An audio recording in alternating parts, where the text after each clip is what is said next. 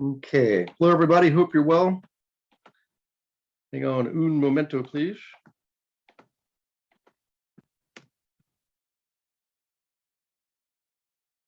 Let's get you promoted, so hang on just 1 second. We got a bunch. Okay, I'm gonna try to do this fast. Let me see if Gina is on. Can't see Gina yet. Okay, Betty, Bonetta, Craig, Dennis. Here's Gina. Okay, Gina, I just promoted you. If you wouldn't mind promoting everyone else, looks like we're gonna have a full house tonight. We're already up to 28. So, Cool. Do you want to toss me up as attendee and I'll watch your chat box for you? Or your panelists, I mean your attendees? well, I just promoted. You should be able to pull it up, I think, as a co-host under Let me see. See if you can pull up participants. I've got it, but it won't let me do it. Oh, what the heck? Let me go back. Let's go to panelists. It doesn't look like it's moved you over yet. Hang on 1 second. It should be over there. This is really weird. Oh, there we are. Okay, there you go. Sorry, I made you a panelist, not a co-host. Now you're a co-host. Got it. Thank you, sweetie. You're welcome. Thank you. Okay, guys, good to see you. And thanks for participating. We're gonna have a jam-packed session tonight. We're gonna go over the booklet. And before we get into the details, while Gina's promoting you, I just want to give you a heads up so you understand what we're doing. Between now and the end of August, what we're doing is we're preparing you for the current market. So I'm sure if you've turned on your TV or your computer, you're seeing the news. I will tell you that Wednesday morning, well, I'm not sure it's going to be the morning, but during the day Wednesday, the government's required to post our country's GDP, gross domestic product numbers. And I'm sure they're trying like heck to make it look as good as it could possibly be. But yeah, it'll be the second quarter, and I'm pretty sure it's going to show that we're still declining. So in any case, that means 2 quarters, that means recession. We already know it's a recession. We have all the data, we have all the facts, but what it does, it just makes it more real. It's something that's a lot more public than just me or other people saying it. But again, it's just, I know it's going to sound like a broken record. This is not to alarm you, it's to shake you. Okay. And make sure you understand now is the time to prepare. This is not one of those situations where you want to wait and see. That's not what this is. Now, Bank of America put out an article. Sorry, actually, it wasn't Bank of America. Bank of America executives had a board meeting, and the notes are out, and they published them. You can find it on CNN and any news outlet. And what they were saying is we need to have a really deep recession to correct the inflation. So, and there's other hedge fund managers are speaking up, things like that. So the bottom line is it's time to prepare. We actually talked about it this morning in the Honey Badger leadership group.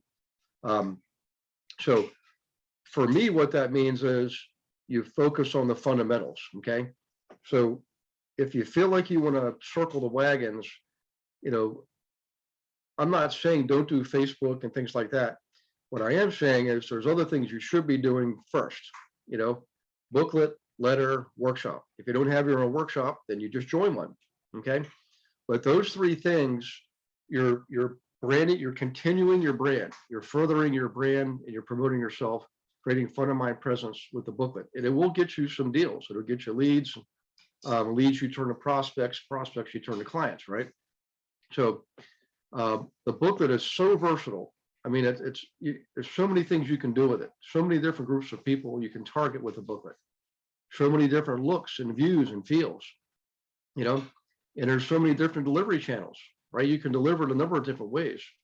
The letter clearly is all about getting the listings, right?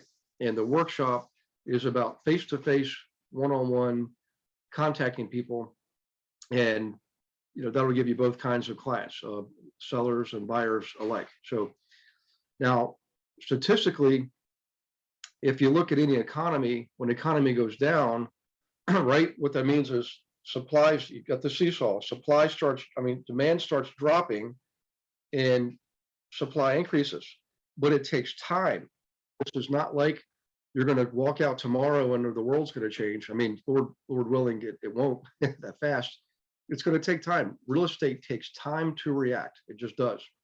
So if you think about it, I mean, do a hand raiser. How many of you have been working on a transaction, like working with buyers? You're out there making offers. And you've noticed a slight shift. In other words, there's fewer offers.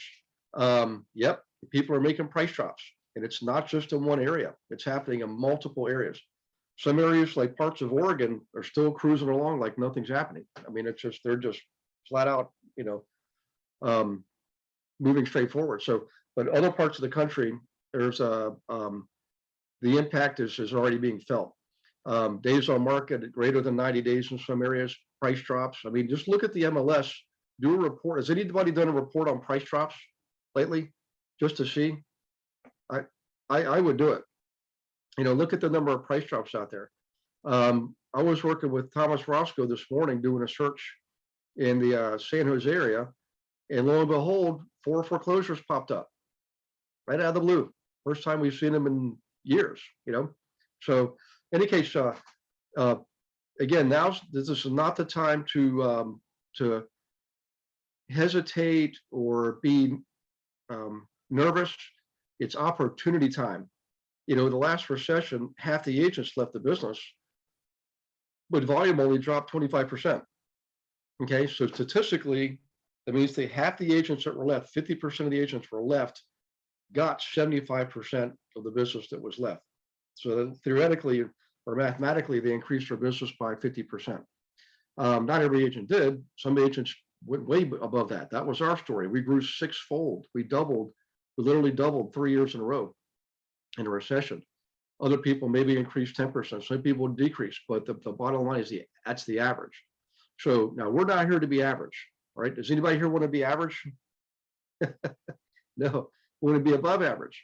So the key is you've got to have investors in your corral, in your sphere.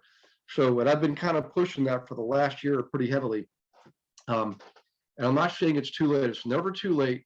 But I'm telling you right now, if you haven't started, I would start today. I would not go to bed until you've got yourself a booklet created. I don't care if it's the worst looking rough draft you've ever had. Create the booklet. Okay. So we're going to focus on that tonight. So between now and end of August, here's what we're going to focus on: the booklet, the letter, and a workshop. Either you create your own, or actually, let me rephrase that. Don't create your own workshop right now. It takes too much time. Just join another one. Join a local investors club. So if you want to write this down, RIA is the big one, REIA. That's the 800-pound gorilla in the world of investor groups. Okay. The other one is ACRE, ACRE. ACRE stands for American Congress of Real Estate, and RIA stands for Real Estate Investors of America. Oddly enough, ACRE was the big kahuna back until the probably late 80s, early 90s. That was it, and RIA took off, and they both are actually underneath the same giant umbrella. It's kind of interesting how that works. But just join one. You don't have to join all of them. Just join one, right? Just join one.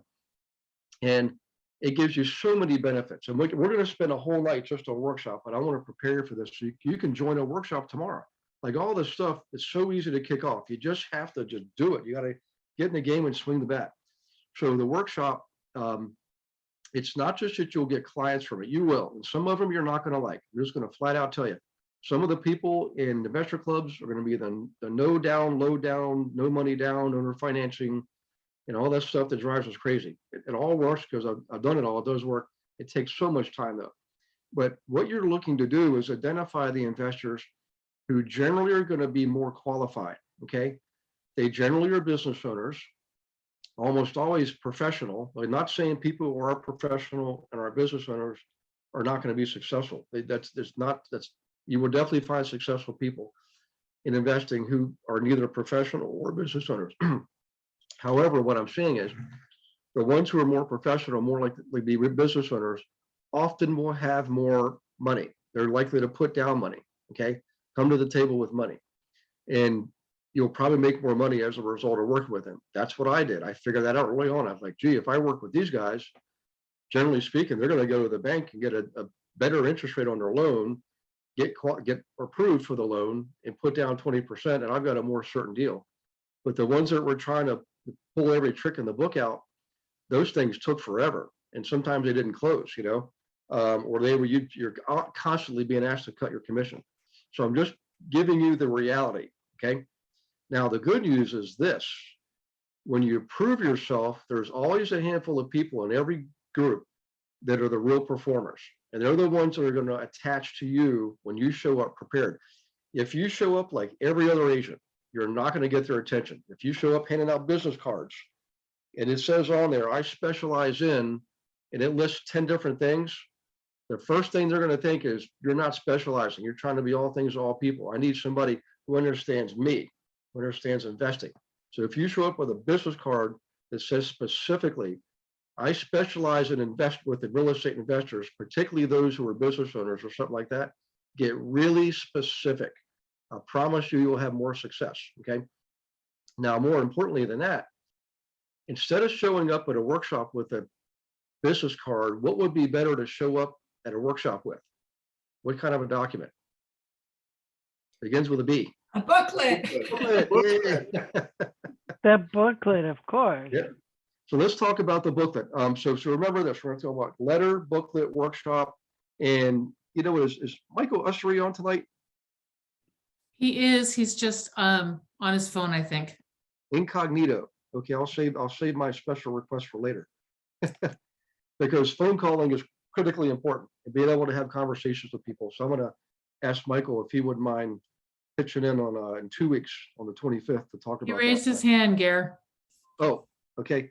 Let me see if I can allow him to talk. There we go. Yeah, I'm on the computer. Okay. In other words, that's code language for leave me alone for a second. I guess so. In any case, we also have a couple of guests.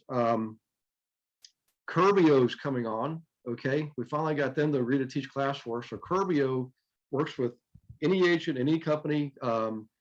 They're really good. What they do is this: they're like a national franchise where they're like the GC, general contractor, and they'll find the contractors in your area to do remodeling. The difference is this: you don't have to pay until the house is sold. That is really cool. Yep. And so who does that work really well with? It works well with anybody who wants to remodel. But for us guys, it's going to be flippers. The way we found them is in Santa Barbara. We were doing the owner flip project. Ooh, that reminds me. Owner flip. I got to get that to somebody wanted that, and I can't remember who it was. Michael's available too. Okay. Owner flip. So what we did with the owner flips is we'd approach the owners who own the property 30, 40 years and say, look, you're going to get bombarded with flippers wanting to flip your house. They're going to buy it low, remodel it, and sell it high. Wouldn't it be nice if you, Mr. and Mrs. Owner, 75 years old, could get all that extra profit for yourself? Of course, they all would say, yeah, that sounds good to me. Then we would team them up with the contractor who took the risk and liability of supply and labor, right? Material and labor. And so let's say the house would sell as is for 600,000, but would sell for $1 million completely remodeled. And it took 200,000 to remodel the house. So you got 600,000 plus 800,000. Plus 200,000 is 800,000. So there's an additional 200,000 in profit. The owner and the remodeler would split that additional 200,000, 100,000 each. Okay. The remodeler for taking the risk and the seller for being wise to take the deal. And then who also benefits? You do. Yeah, you list a $1 million house instead of a $600,000 house. Okay. So in any case, Curbio is really good, and I suggest you guys really listen to them and maybe use them. So Curbio is on the 1st. Jennifer Beatles is going to be on the 15th, and I found her through podcast She was on ours. I don't know if she has one. In any case, we're talking. I said, you're just like us. I said, I've got to have you teach a class. Will you teach a class? Wonderful person. I think she moved from, it was either Washington or Oregon. I think it was Washington State down to Arizona. And you guys will like her. She's just as nice as she could be and really smart. In fact, she's on a 2-month trip right now to Europe. That's how smart she is. So she's coming back and teaching for us. Sound like somebody you want to listen to? Yeah. Yeah. Guess what she does? She works with investors, man. She's got it all figured out. Okay. The 8th and the 22nd, we'll be talking about the letter campaign and workshops. And then the 29th, Jay Connor is going to speak for us. So remember we had Casey Brown on from Kentucky talking about how to syndicate and things like that and get private money. Well, Jay Connor's got a much easier approach. I've known him for 10 years. We've been on each other's podcast. He's going to teach for us on the 29th of August. He gives you a free manual like that thick. I mean, a real honest to goodness manual to use to help you get private money from your own sphere. For you, this is for you and your clients. So that's going to be critically important as this market continues to change. But in any case, Gina, if you could go ahead and ask Michael to unmute, because there he is. Yep. Okay. Hey, Michael, actually, you're up there twice. No, that's Michael Lakeith. Never mind. We got 2 Michaels. And you're in the same spot. No, I know that's a background. Got to play with Mickey. Hey, if you wouldn't mind, if you're around on the 25th, Gina's going to be teaching next Monday. On the 25th, would you mind doing a session on what we talked about today in the commercial mastermind, which is getting the leads from Land Voice and using Mojo, but actually be on your computer where you can like share screen and stuff like that. Would you mind doing that? The pay is really good, man. You know. I can't guarantee it'll be right, but I'll give it a shot. Okay, because I want people to see that, because it's of the, you've got letters, booklets, workshops, and phone calling we absolutely have to do. So if you can will yourself to get on the phone, this is one really good way to do it. Michael's having success. You want me to make phone calls while I'm on it, or just show them how to do it?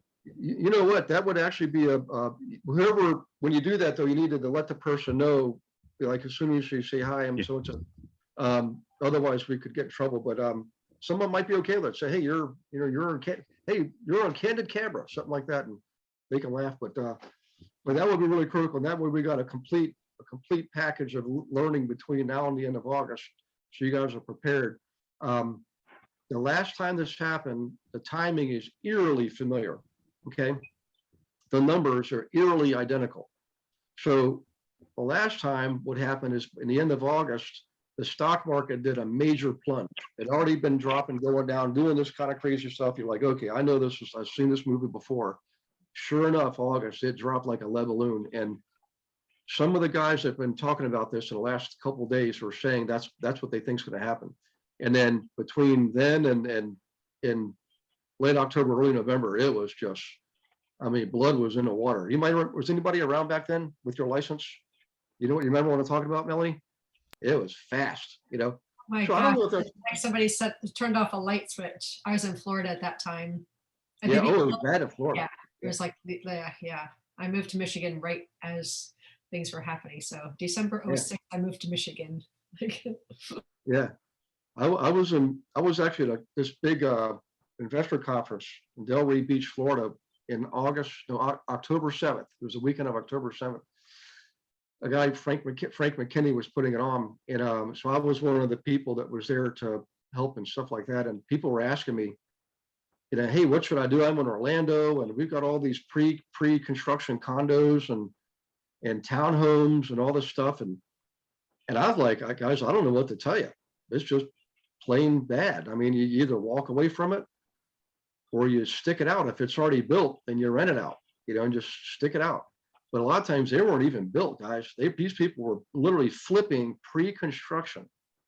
You talk about risk. So in any case, it was bad. I felt so bad for those folks. I mean, people were crying. I mean, people in the middle ages and the money's just gone, So in any case, what I learned is this. The property, the land, the buildings, none of it disappeared. It just went into somebody else's hands. And your job is to be the person to help make that happen. Okay. So wherever there's adversity, there's opportunity. And I didn't know everything back then, guys. I mean, I knew how to buy rentals and flip homes and things like that. I knew how to serve clients, but I hadn't really built a big business yet. I didn't know my own brokerage yet, but what I learned was I just happened to be at the right place at the right time. And thank goodness I knew how to work with investors, right? And then when I built my brokerage, the reason it was so successful was for that very same reason. We already had everything we needed. So in any case, what I want to do is, I'm not saying you have to be like me, copy me, or anything like that at all. I just want you to be prepared. Like literally, really take this seriously. I mean, I know I've been beating this horse like crazy for the last year, but here we are. I wish it wasn't true. I hate to see people suffer, but you don't have to be one of them. Okay, I'm just know you can thrive in this kind of a market, but you have to get in the game and you've got to swing the bat. Okay. So in any case, did I make my point pretty clear? You guys think, or? Right. So let's dig into the booklet. Let me do a screen share. So this was once I was up and running, guys. This was literally one of the first things I did. I'd already been going to investor clubs, and I actually already had my own. I built my own in the library. Okay. And I realized I needed something to maintain contact with people, because I sure as heck couldn't keep up with 200 people. And it was actually, I looked this up. It was about 200 people in the workshop, my monthly workshop. But on my database, guess how many people I had on my database? Just take a wild guess. Only 167. That was it. I didn't have some giant massive database. 167. And at any given time, I had an average of 26 that were actively in the game, buying, selling, what have you. Some of them would partner up. But those are the people I contacted regularly. What I needed was something to contact everybody else. The other 141 people, right? I need to maintain contact. So I thought, I'm going to come up with a booklet. And the idea came from me visiting a financial planner who got my attention with like a flyer type thing, like a trifold. Went in to meet him, and we're sitting there talking. He said, well, here, take a look at this. You don't have to look at it now, but take it with you. It's good review information. Lo and behold, it's a booklet loaded with information on stocks and bonds. I thought, ding, ding, ding, ding, ding. There's my answer. I can swap out the stocks and bonds and put in their duplexes, triplexes, and fourplexes. And that's exactly what I did. So let's take a look at it. And that thing I did for years, and I had a lot of success with it, but I've had students have way more success than me. First thing I want you to do, and don't laugh at the hair, but please watch that video, okay? That's what I had. I wasn't quite a hippie hair, but it was a lot more hair. But watch that or read this, where it says text version of webinar. Now, I'm a reader, so I like to read. If I watch anything on TV, I generally will be asleep in 5 minutes. But if I read, I can stay awake for 10 more minutes. So in any case, pick the one you want. Some people do both, by the way. Everybody has different learning styles. And you'll know, if you're a reader, you'll be able to read something, stick with it, and grasp everything quickly. If you're not, chances are you're more of a visual person. You like to see things, hear things, and all that. So in any case, I want you to download this booklet right here. Everybody should be logging in your computer right now. Or, I'm sorry, you're already on your computer probably. Go into the resource area, click on marketing, go into booklet, and go ahead and download this if you haven't already done so. It's a Word document, and you've heard me say it before, but I'll say it again, probably one of the ugliest looking booklets you ever see. But it turns out it worked really well. What people want is content. Actually, I just accidentally hovered over it too much and it's downloading it for me. So then what I want you to do is download these next 4. They're actually samples of other students' booklets. 2 are PDF and 2 are docs, 2 are documents. One of them is Charlie. He's on our team. This one here, I can't remember who created that one. I know Shannon did this one, and this one was a guy named Jorge up in, he's in Portland, Oregon. Okay. So download, create a folder on your computer, in Documents, create a folder called the booklet, okay?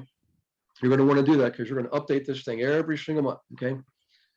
Then also download the checklist. And that's really important. The checklist is literally step-by-step instructions on what to do, okay?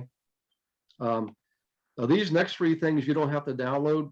I mean, you can if you want to. They're Word documents with lists of videos to watch per subject. There's a bunch of videos for wholesaling, a bunch of videos for rentals, and a bunch of videos for flipping. We've actually loaded these into KV Core, into smart marketing, smart campaigns. Click on marketing, go into smart campaigns, and they're already loaded. So anybody that's not using KV Core, I know Shastine doesn't use it, and Amelie doesn't use it. There might be a few more. You do want to download these then, and whatever you're using, see if you can load them up into your system so that you can automate them. You want to automate as much of the nurturing as you possibly can. You know, like that. Remember me contacting the 141 people? I needed to automate that, and this is what we did. Now back then, we actually did it the old-fashioned way. We literally sent those things out every month. Now back then it was only $2 per mailing. We had the envelope and the stamp combined was like $1.92. I'm sorry, that was everything. That was the booklet and the envelope and the postage was $1.92. So about $1 for the booklet, $1 for the mailing. Now it's probably going to cost you $2 to mail it. So I'm not opposed to mailing these things. I was talking with Thomas earlier, Thomas Roscoe, and he's using one of the old techniques, which is he's focusing on one particular group. In his case, it's the chiropractors, okay, in San Jose. So what you would do is you would every month print out 25 of your booklets and mail it to the 25 chiropractors who are closest to you, and they all know each other. If your niche is dentist, then you would send it to the 25 closest dentists, 25 dentists that are closest to you. You know, that's one example of how you could use it. That was the old way. That's what we used to do. So we would literally focus on a niche and we would stick with the niche until we started getting transactions. And the thing I like about the niche marketing is this. Once you're in the niche and you've got a few people that you're making happy, what do you think is going to happen when you're in a niche and you've made a few people happy? What happens naturally? Repetition. I'll tell. Word gets out. Yeah, all those things. Repeat buyers, and they all talk, and they say, "Look, you should be working with Bonetta." But I started getting this booklet for Bonetta. Turns out she knows how to find the property. She knows how to help me analyze them, negotiate them, and believe me, dentists look out for each other. You know, same with chiropractors. Any group will do the same thing. Think about it. If you've been with scouts or you've been, you know, with a golf club, or you've been a contractor, and whatever it is, whatever tribe you've been a part of, don't people naturally kind of look out for each other and want to like kind of help each other? You know what else they want to do? They want to show off. They'll come in and they'll say, "Man, you should see this fourplex I just bought last month." And then they'll start asking questions. How'd you get it? Where'd you get it? Who you working with? Oh, you got to use Bonetta. She's all the other agents. All they can do is open doors and point out the pretty carpet, but not Bonetta. Bonetta knows how to help me look at the numbers and tell me what needs to be done to the property when it's looking pretty shabby. So they want to show off, and that's a basic human nature. These are all the things I learned, in hindsight. It all made sense. But in any case, there are so many uses for the booklet. So let's just talk about that for a second, and then we're going to go into the booklet and break it down. The original use of the booklet was with niche marketing. So if you do know people in a particular group, right, or genre, police officers, firemen, policemen, teachers, those are the big ones. So chiropractors, dentists, teachers, combined group, firemen, policemen, that's your first responders. Engineers, there's a lot of engineers, and there's 452 types of engineers. You can focus on strictly electrical engineers, civil engineers if you want, okay? Military and pilots, airline pilots. Those are the top 7 groups. Military is really good too, guys, because you've got the branches of service: Army, Navy, Air Force, Marines, active duty. Then you got retired, right? Then you've got reserves, so that's 12 groups right there.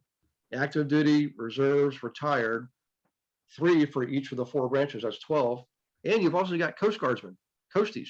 Those are awesome. My friend, you probably heard me mention his name, Dana Truman. He was a Coastie. And Also the Merchant Marines. what's that? Merchant Marines. Merchant Marines, yep. So he created his own brand called Quarter Deck Properties, because if you're in the Navy or the Merchant Marines or the Coast Guard, you know what quarter deck means, you know?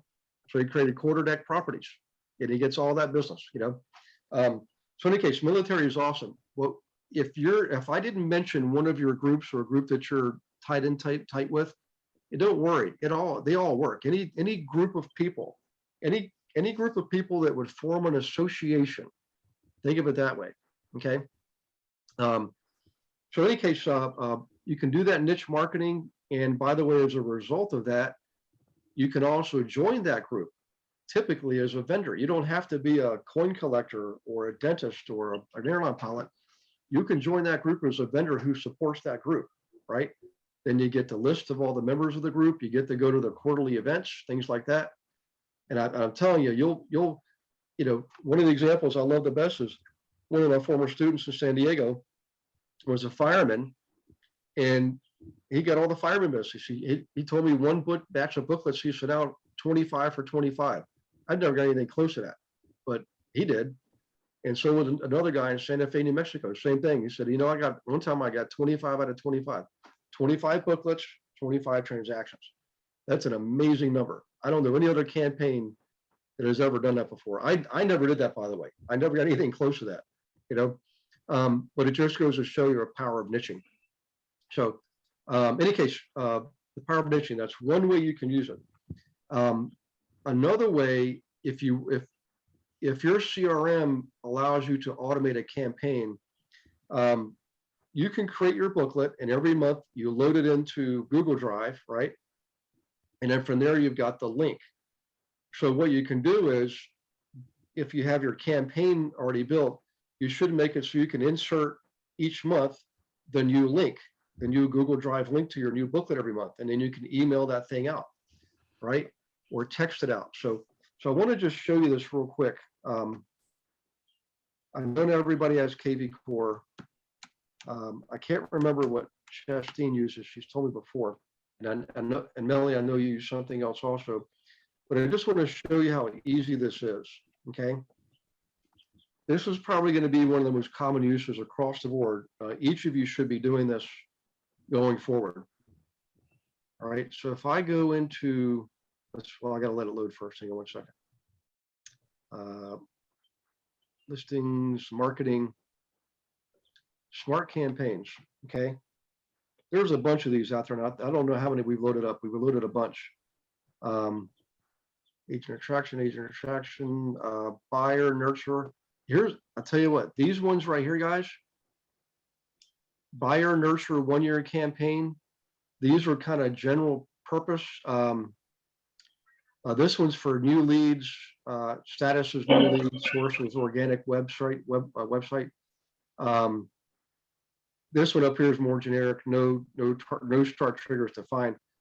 But what these are generally going to give you all the stuff that happens throughout the year. President's Day, Easter, Memorial Day, 4th of July, Labor Day,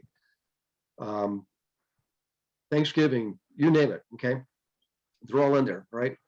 Express offers is in here. Now here's one for flipping. This was going to have the 17 videos and an automated flipping campaign for nurturing. This is after you've made contact.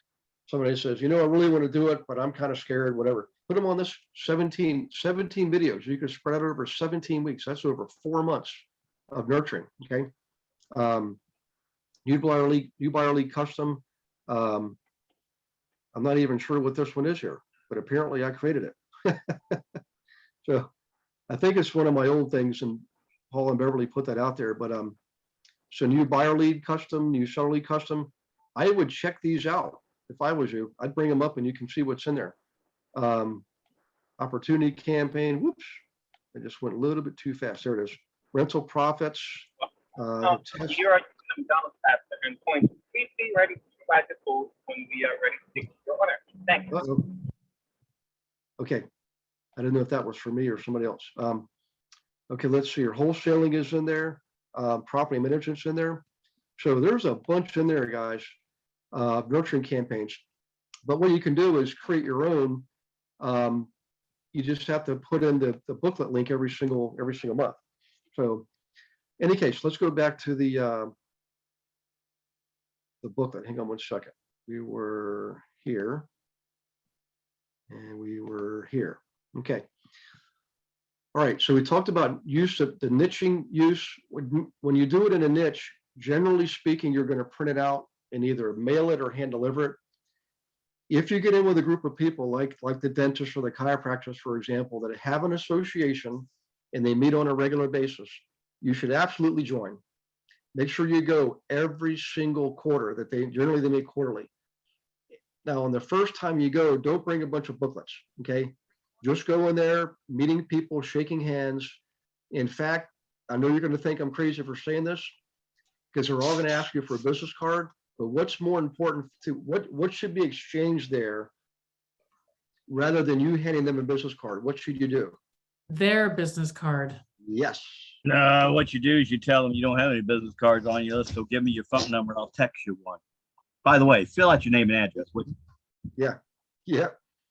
So you want to get their information, you know? And then the next time now between then and the next one, contact them, send them a booklet, and then at the next quarterly meeting, you've already got 9 people that have received a booklet from you. Then you go in there with a bunch of other booklets. They'll all be talking. Hey, thanks for that booklet last month, man. I really appreciate that. And the other guy sitting around is saying, wait, what booklet are you talking about? Oh, don't worry. I brought a several with me. I had some left over from last month. You see what I'm saying? That's the way to approach that. So the booklet can be used that way. It can be used for sending in an email, sending in a text.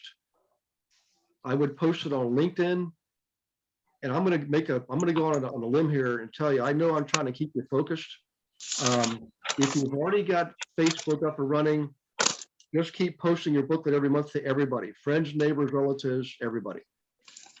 If you have agents on there and you want to build a separate list, it's pretty easy to do. You can Google create Facebook list, and it'll tell you show you how to create a list out of your contacts. And you can focus only on them. But quite frankly, I think you should send the booklet to everybody, including your Aunt Jean. Okay, you never know who they're going to know. One of the best lessons in life I learned is this: it's not always who you know, it's who they know, right? And you think your Aunt Jean might want to help you out a little bit sometime? Giving your booklet to her neighbors? Possibly. Yep. So in any case, LinkedIn is what I was getting ready to get to. If you don't have LinkedIn, I think you should have it. I wouldn't make it a priority. I wouldn't spend an hour a day doing it, but I would actually absolutely once a month post your booklet to it. Okay. So in any case, other uses. We've talked about using it for investors so far. Now, you can also use it for owner occupants too. You can do what Modupe did, all right? She did a walkabout 2 years in a row now using a different version of the booklet. That instead of having samples of flips and samples of rentals, she just put in there market data for the neighborhood. She literally put in there 1 sheet of active, 1 sheet of sold, and 1 sheet of pending. Right from the MLS. That's all she did. She did the search. Sold in the last year, 3 months, 6 months, 9 months, whatever it was. Got that, downloaded it, right? Because you can save that as a CSV file, CVS file, excuse me. Then you can load that into your booklet. Then do this, then do the active, then do the pending. And the front of your booklet is very similar to this, but you're generally going to make it more general consumer oriented. About the neighborhood, for example, talk about the neighborhood, okay? But I would still give them some recent article on the economy. And we're going to get into the meat and potatoes of the booklet here in a minute. I'm still going over delivery methods. Now, when you're doing the walkabout, it implies you're going to walk around, and you absolutely are. That's one you definitely hand deliver. And what I have been advocating, and I might change my position on this, is to not door knock. Uh-oh. Do it on a Saturday or Sunday when people are more likely to be home. Okay. And washing the car, trimming shrubbery, playing with the kids in the driveway, and hand it to them in person. Now, if they're not there, then you can stick it in the storm door handle, something like that. But that's my philosophy. I'm not against door knocking. I just didn't like it, you know. I would rather, you know, later on I could door knock. If after I've given them a couple booklets, I'm happy to door knock, right? Because then they probably recognize me. It's just every now and then, if you're cold calling and cold knocking, be prepared to get an occasional not so nice reception. Okay. So, and this, what I'm suggesting is, you know, given the booklet first once or twice, and then you could door knock later on. And generally speaking, you won't get the negative stuff. You'll be, even if they're not interested, they'll still be more polite. So Gary, maybe I'm a little softy. Yes. do you mean, okay, you said don't door knock, but how are you hand delivering? So if they're outside, then I would absolutely walk up to them, introduce myself, and hand it to them, you know. And actually what I would do is I would dress appropriately. So I'm not going to walk around a neighborhood wearing good, hard, you know, dress shoes. I would wear sneakers. Right. But yeah. And you wear something comfortable, but definitely, you know, Business casual. yes. Yeah. Yep. You got it. And I would always say, look, hey, I'm Gary Wilson. I live near here. In other words, I always said I wouldn't pick a neighborhood that was an hour away. When you're doing a walkabout or door knocking, you want to pick a neighborhood that's kind of near you. So I would say I live near here. I've had an interest in this area for a while because I have clients who've been looking to buy here, and there's been nothing for sale. And I thought I'd do some research to find out why. And this is obviously a nice neighborhood. And now I've got data to back it up. And I decided to make a bunch of copies for all the neighbors. And here's your copy. Doesn't cost anything. You know, you don't ever, there's no obligation. And by the way, if you wouldn't mind, it would be okay if I drop one off every month or every quarter, whatever you want to do. And usually that's all it is. Now, sometimes people will believe me, there's some talky people out there. Talkative people, they'll tie you up. You gotta know how to manage the conversation so you're not spending a half hour with people. Otherwise it'll take all day, you know. Although Now, you're kind of like pitching the idea for them to purchase multifamilies in other areas. Well, really, in this case, on a walkabout, it's all about the owner occupant. It's just straight, we're not trying to pitch them on investing or anything. We're just trying to focus Okay. on where they are, which is, yeah. So walkabout, we only do for owner occupants. I've never done it for investors. Well, actually, it wouldn't Okay. work because Okay. those properties are being rented, you know, and Right. so, Right. Okay. yeah. But the thing is, boy, I got to tell you, every now and then, it doesn't happen all the time, but you'll have somebody say, well, you know, I've been thinking about this, or I've got a job transfer, or hey, the Wilson's down the corner here, he got transferred, they're going to be moving, you might want to go talk to them pretty quickly. Or they might say, you know what, I'd like to know what my house would sell for, or they will ask you flat out, what do you think my house would sell for? You got all the data. That's what they ask you. What does it say about my house? And I would say, well, doesn't say about your house specifically, unless you're actively listed or under contract or you just sold. But what I can do is gather information just for your house. I'm happy to do that. Would you mind if I finish my business day? I'll do that tonight. How about if I come back tomorrow, 11 a.m. or 5 p.m. or 7 p.m., whatever. That's what you say. And I'll say, I'll have information specifically for you and your property. Right? Okay. That's how you handle it. Yep. So in any case, great question, by the way. Thank you. Now, the frequency on the walkabout, everybody's different, area's different. You know, if you're living up in the northern tundra, you know, the Dakotas or Wisconsin or yeah, Massachusetts. Obviously, New winter England. times are pretty tough, you know. But I know people that have done walkabouts and door knocking in the wintertime. And you know why? Because nobody else is doing it. You know, and you will definitely position yourself. So if you remember this past year and last year, remember I told people if you're going to do it, I would start in February or March, you know, get at least that first round out there, maybe 2 rounds. Because if you don't, if they've been working with somebody already that's been sending postcards out and you don't start till April, it may be too late, So, but if you're in an area anywhere, mid-country and south, I mean, you can do this year round, and you should do it year round. As far as frequency, guys, I never did it more than once a month, but I know people that do it, like they'll do this chunk this week, this chunk that week, and whatever floats your boat.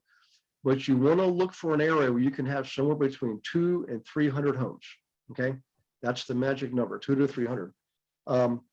What I did is the first time out, I did the entire area, the entire neighborhood in one weekend, and then I would do that every quarter. And then the intervening months, the 2 months in between, I would only hit the homes that were around a home that had some type of a change, right? So a new listing came up. So I'd hit the 25 homes around that new listing. If a property went under contract, I would do the 25 homes around that property. And if a property was sold, I would definitely do the 25 homes around that property, right? In those cases, by the way, I wouldn't wait. I wouldn't, let's say you got 3 more weeks to go before your month comes up. Don't do that. You want to do that ASAP, okay? Particularly on the solds. Make sure you do it ASAP. And then every quarter I'd hit the entire neighborhood again. That's what I did. And it worked. And it wasn't like the biggest producer, and I didn't like it either, by the way, because I wanted to work with investors. But it worked. That was the thing, is it worked. I got business out of it.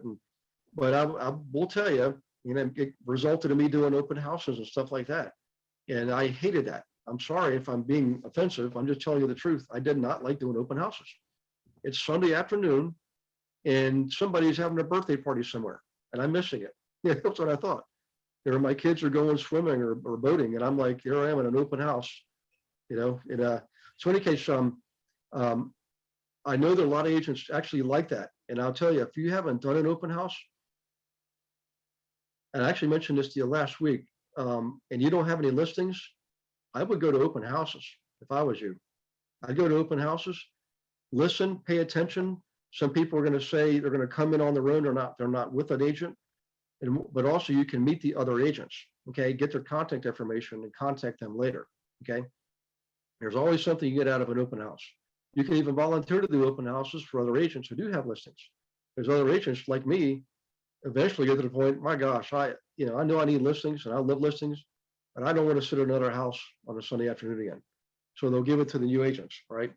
Look for those opportunities. So in any case, that's another way to use the booklet. Now, when it comes to specializing in the booklet, you can do it for rentals or you can do it for flips, generally speaking, but you can also do it for commercial properties, right?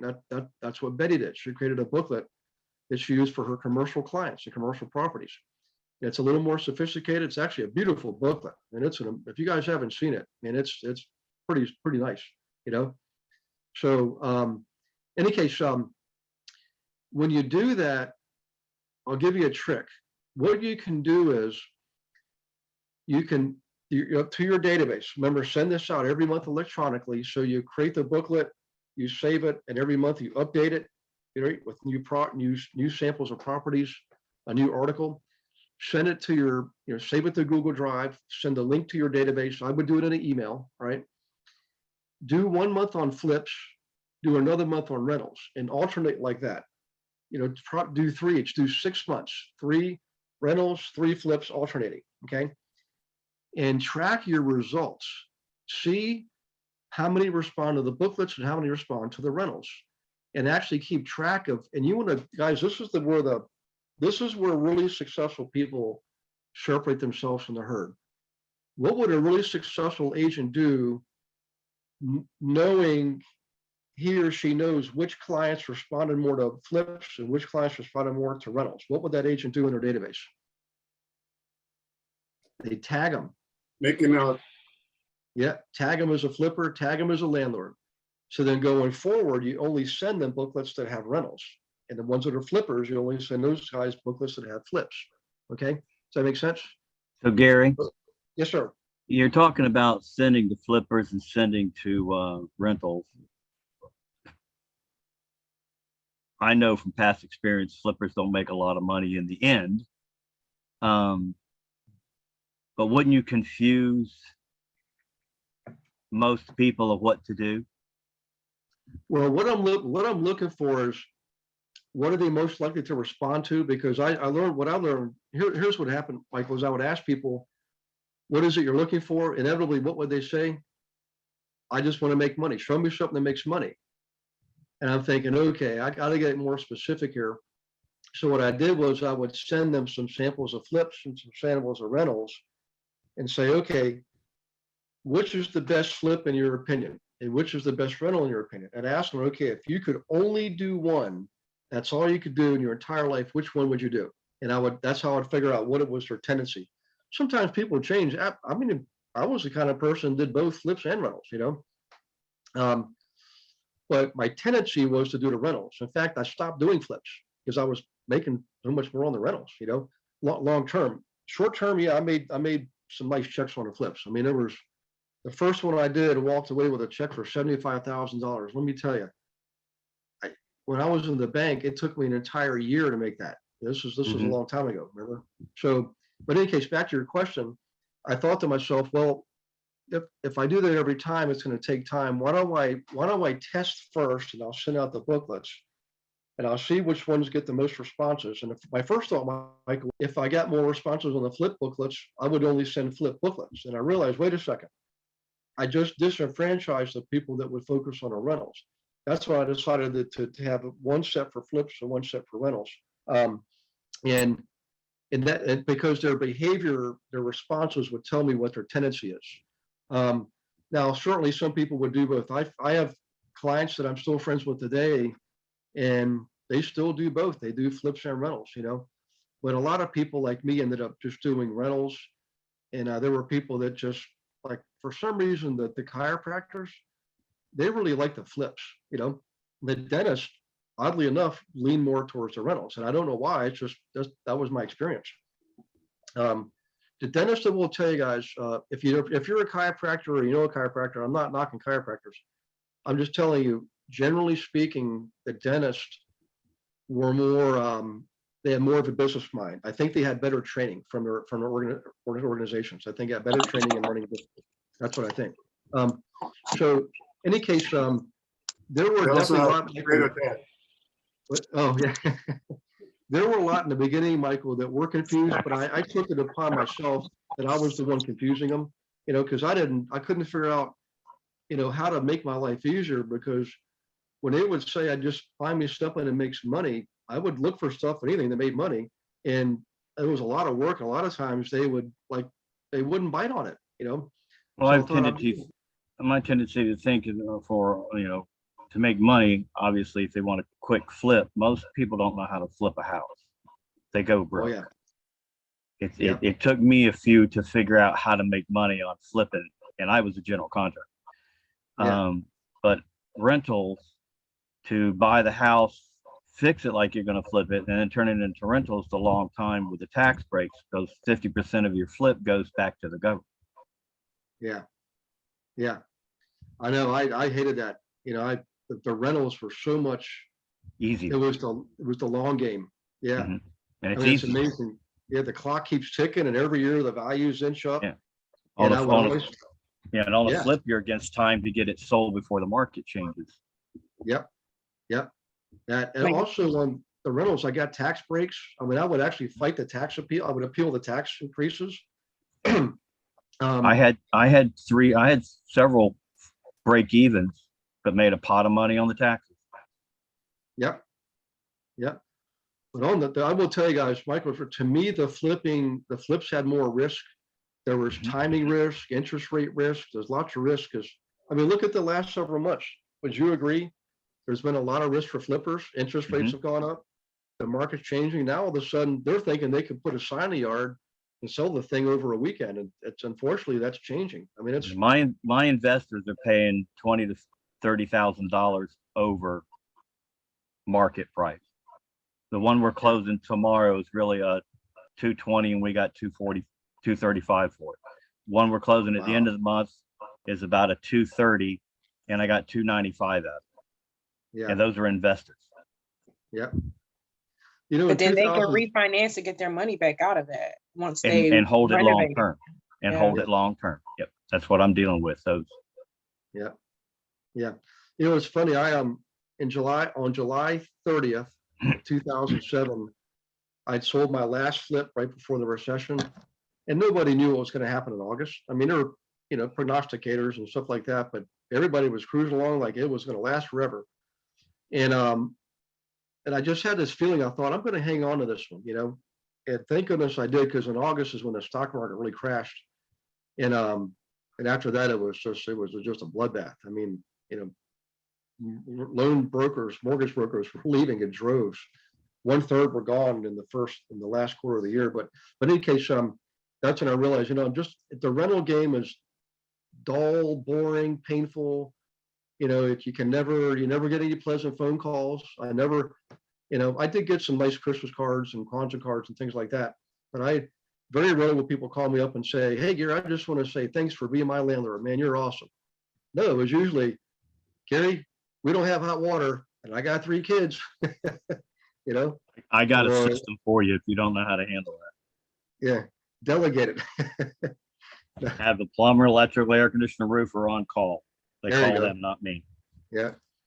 But in any case, but it was just a long, steady, the tortoise and the hare kind of a thing. And the tortoise ended up winning, big time. And I'll tell you what, and then you start getting shorter term mortgages.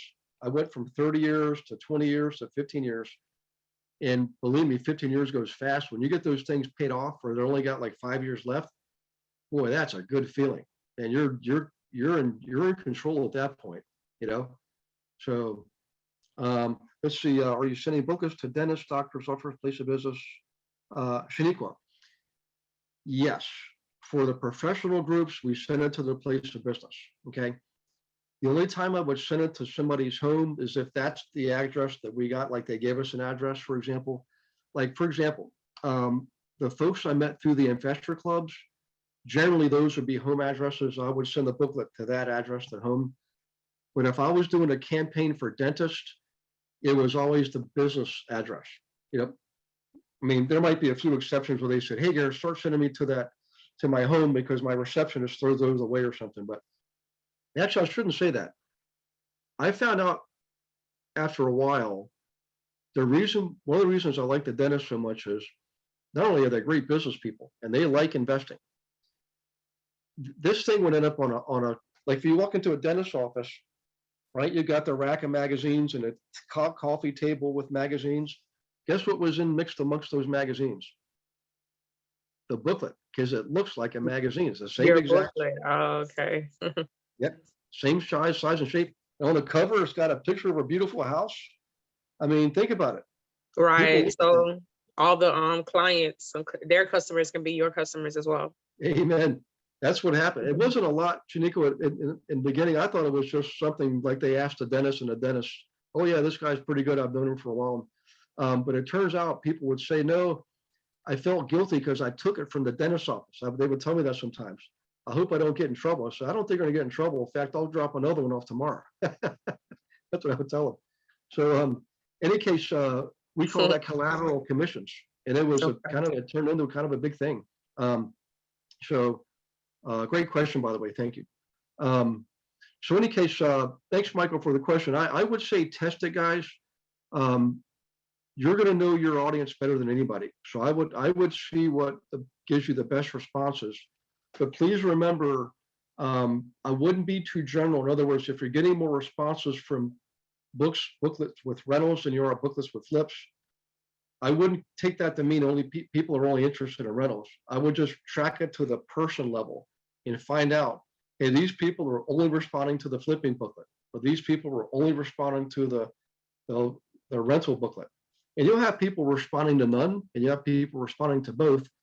And in that case, I would give them both, because again, there were people like me that I did both for several years. It wasn't until 2007 where I thought, this is looking pretty scary. And thank goodness I stopped, because if I'd have flipped another house that year, I probably would have lost money. Because see, remember, when you're remodeling for a flip, you're remodeling a certain way, using certain materials, certain construction techniques, right? Things like that.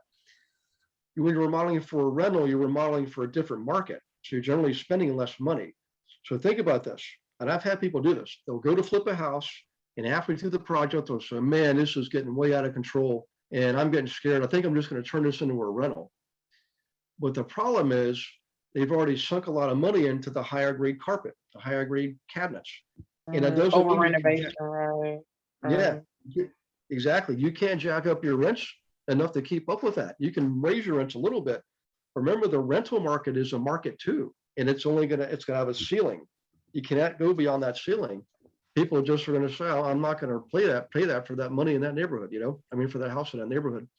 So So I always tell people, yeah, go ahead. you made a remark about Facebook and LinkedIn and all. Would it be worth running a click ad? You mean like a Google pay-per-click? An ad to go out and you got to click on it and give your email to get the download. Yeah, we've done that before, but you know really what we did, Mike, was honestly, we just posted on now you should have a business page and a personal page. Believe it or not, you want to post this on your business page, And right? share it to your personal. And your personal page. But Yeah. you don't think a click ad would track? Oh, you definitely will. So Facebook is a whole different animal. Facebook, you have to click on Ads Manager, and it takes some learning. Well, I use Kartra and Canva to produce everything and run it Okay. through Facebook ads to Kartra. But Yeah. when I do those click ads, like I did a no down payment, I did a veterans, do a teacher or stuff like that. You go in and I do a little video of it, of what we're talking about, and then I'll click here and get your download. But to get the download, you got to give me an email, and then I send you an email and you get another video. So it's like a 3 process to get to it, to get your information. And the more process you got, the ending result is a better client than one to just give it away for free. Yeah. So what do you think about that kind of Well, I think process? that is a good idea. For everyone here listening, if you're in production, you're producing, and you have a little bit of a budget, you can absolutely ramp up your game big time by reinvesting in your business like that. $100 a month. Yeah. That's all I Yeah. spend when I do it. Yeah.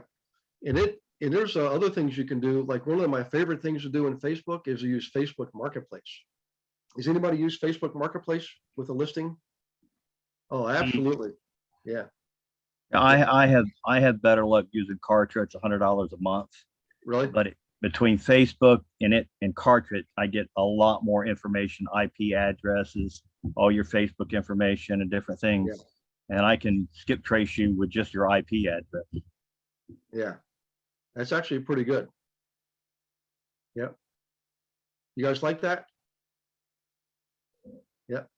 I mean, if you have some production and you can do that, you can definitely beef up your business by reinvesting a little bit, Michael, can you drop that information in the chat bar? Carta. What are you looking for? Carta. Kartra? Kartra. Okay. Yeah, I'll put that in there in Canva. Okay.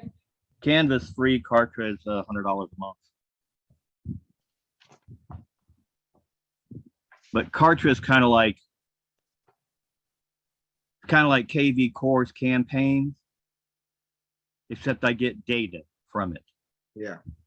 And I can target with Facebook and of who I want it to go to, like dentists or engineers or whatever, and only target that with a price range, and get a little better, fine tune my client that I'm after. Like when I do the VA, if you're not figured in with VA somehow through Facebook marketing, you don't get it. And then I bring it down to a zip code or a town or whatever. Yeah. So in Facebook too, guys, you can also you can create custom audiences. You can create a lookalike audience. Let's say you have a couple clients that are on Facebook. You've had them for years, they're repeat business, and you want more of those guys.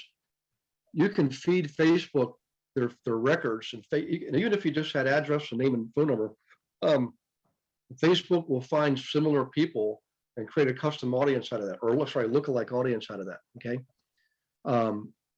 Custom audience is where you tell it exactly what you want. You want dentists between 40 and 60 years old who own 3 or more practices, and subscribe to, American Investor Magazine or something like that. You can get really, really nitty gritty specific with your custom audiences. Okay. The lookalike audiences, you can ask Facebook to clone what you're giving them very narrowly, like an exact match, or very generally, like a loose kind of a match. So you can play with that. And we've done that over the years, and that'll work. Another thing you can do is if you've got a big following and a number of them are investors or interested in investing, you can create a list of just those people and only target them when you do Facebook posts. Okay. It's another way to, and that way you're not hitting everybody with the same message who might not be interested in your message. You can only focus on the ones who you already know would be likely interested in your message. Remember that marketing triangle, guys? Market, message, media. We've gone over that before. So it's for the new folks, if you draw a triangle and draw a M, the letter M on each corner, the first letter stands for the market. That's the people you're looking to serve. The second M is the message, what you're telling them. And the third M is the media, how you're communicating with them. So there's certain people and you should track this in your database too. Make sure you tag people where you say ampersand or hashtag FB for Facebook, or hashtag LI for LinkedIn, or hashtag TXT for texting. Whatever it looks like their preferred medium of communication is, tag them that way. And that way, when you send your message out, you're using the media that they prefer. Does that make sense, guys? And it doesn't take long to hashtag them. Once you determine, they never answer my text message, but they always answer my Facebook message, tag them, hashtag Facebook, and send your message that way. And then if your message is further focused on their particular demographic or vocation, like a dentist or somebody that you met from, maybe you like bowling, you're in a bowling league, right? That's how you met them. Okay. Hashtag them, bowling, BL bowling league, or hashtag bowl, something like that. The more you hashtag people, the more precise you can get matching your message through the right media to the market. Okay. And then if you're targeting people from the bowling league, you can make references into the people who bowl would recognize terminology that people who bowl would use. Like dentists use certain terminology, chiropractors use certain terminology. You think about it. If you went to a group of an association of engineers for a quarterly dinner, you can pretty much rest assured you're going to hear a lot of technical terminology, right? So I'd jot those things down, find out what they mean, and put them in your marketing, right? Because it connects with them. Okay. So, and it's not very scientific, but it is scientific. This is the layman's version of why this stuff works. But believe me, if you have a strong interest in bowling, and actually let's do a test here. Who here likes who here's ever skydived before? Does anybody skydive, or like there's a skydiving? You like skydiving? So Michael, if you really like skydiving and you saw something pop up that showed somebody float through the sky in a parachute, and it had some cool caption like I finally found my freedom or something like that, you probably would be inclined to look at that, wouldn't you? Yeah. Yep. So put that in the message. And if I knew Michael was he only responded to my Facebook messages, I would send it to him through Facebook. Either post it directly to his news feed, or I would private message him. So that's the kind of stuff I'm talking about. That level of effort, guys, is what's going to help you thrive, not just survive. Because I can promise you, I'm going to teach this. I'm teaching this subject, and there's 40 of you on tonight. I'm going to bet you that 4 of you actually will do this starting within the next 24 hours. Another 10 would start in the next week, and the other 30 would probably never even start it. I want you to decide which group you want to be in. You want to be in the group of action takers, because guess who gets the results? The action takers. Yep. Hey, I just Gary, put in there the information that Gina wanted, but it's got a Kartra website I use, and then there's a link to about Kartra, how to use it, and then Canva, which is free. You can do books or do graphics and stuff. Now I don't use Canva as much because I have Adobe Illustrator now, which I can do a whole lot more, but Canva's free. Okay. awesome. Thanks so much, Michael. Hey, Gary, do you know the stats on implementation? Isn't this something like if you implement within 24 hours? If you at least get the project going within 24 hours, you'll do it. Isn't it something like that? Yeah. In fact, I'm going to give you guys a name to look up. Look up the name Carrie Shaw, Kerri. Hang on a second. She was in a mastermind group with me years ago. We were in I think we're in a group called Diamond Group together. It was the highest level you could attain in this particular group. Contacts. She got married, but I think she kept her same last name. Shull, Kerri, Kerri, Shull. She's in the Washington, D.C. area. She does a lot of new construction, and she's an absolute flat out rock star. When we met each other, we weren't in the diamond level yet. We were in whatever the next level below that was, platinum, something like that. And the joke was, I kept thinking, well, they're eventually going to run out of stones. I mean, we're going to keep charging us more money and coming up with some new metal. What are they going to come up with next? But kryptonite or something, kryptonite, yeah. So in any case, so check this out. You talk about doing something within 24 hours. Here's how Kerri Shaw worked, and this is why I liked her so much. We used to pal around together, and I thought at the time I was married, but I thought, boy, if I'm ever single, I'm going to ask her out to dinner. She would literally, at the end of the day, when the session was over, everybody's going to the room, going out to dinner, going out partying, stuff like that. She'd be back in the corner with her, me, and 2 other people. We were hammering out the marketing right there on the spot. We would learn, and would implement in the moment when it's freshest in our mind, right? The information's more complete, the excitement level is the highest, and then we would go have dinner, right? And she was doing some ridiculous amount. I mean, hundreds of millions of dollars in sales a year. And this is going back 10, 12 years. This wasn't like the last couple of years. I don't know what she's doing the last couple of years, but I know she's got 4 kids and she's still running her brokerage. And she runs a training program, okay? But back then, I remember I looked back and saw that, and I thought, that's the group of people I want to be with, right?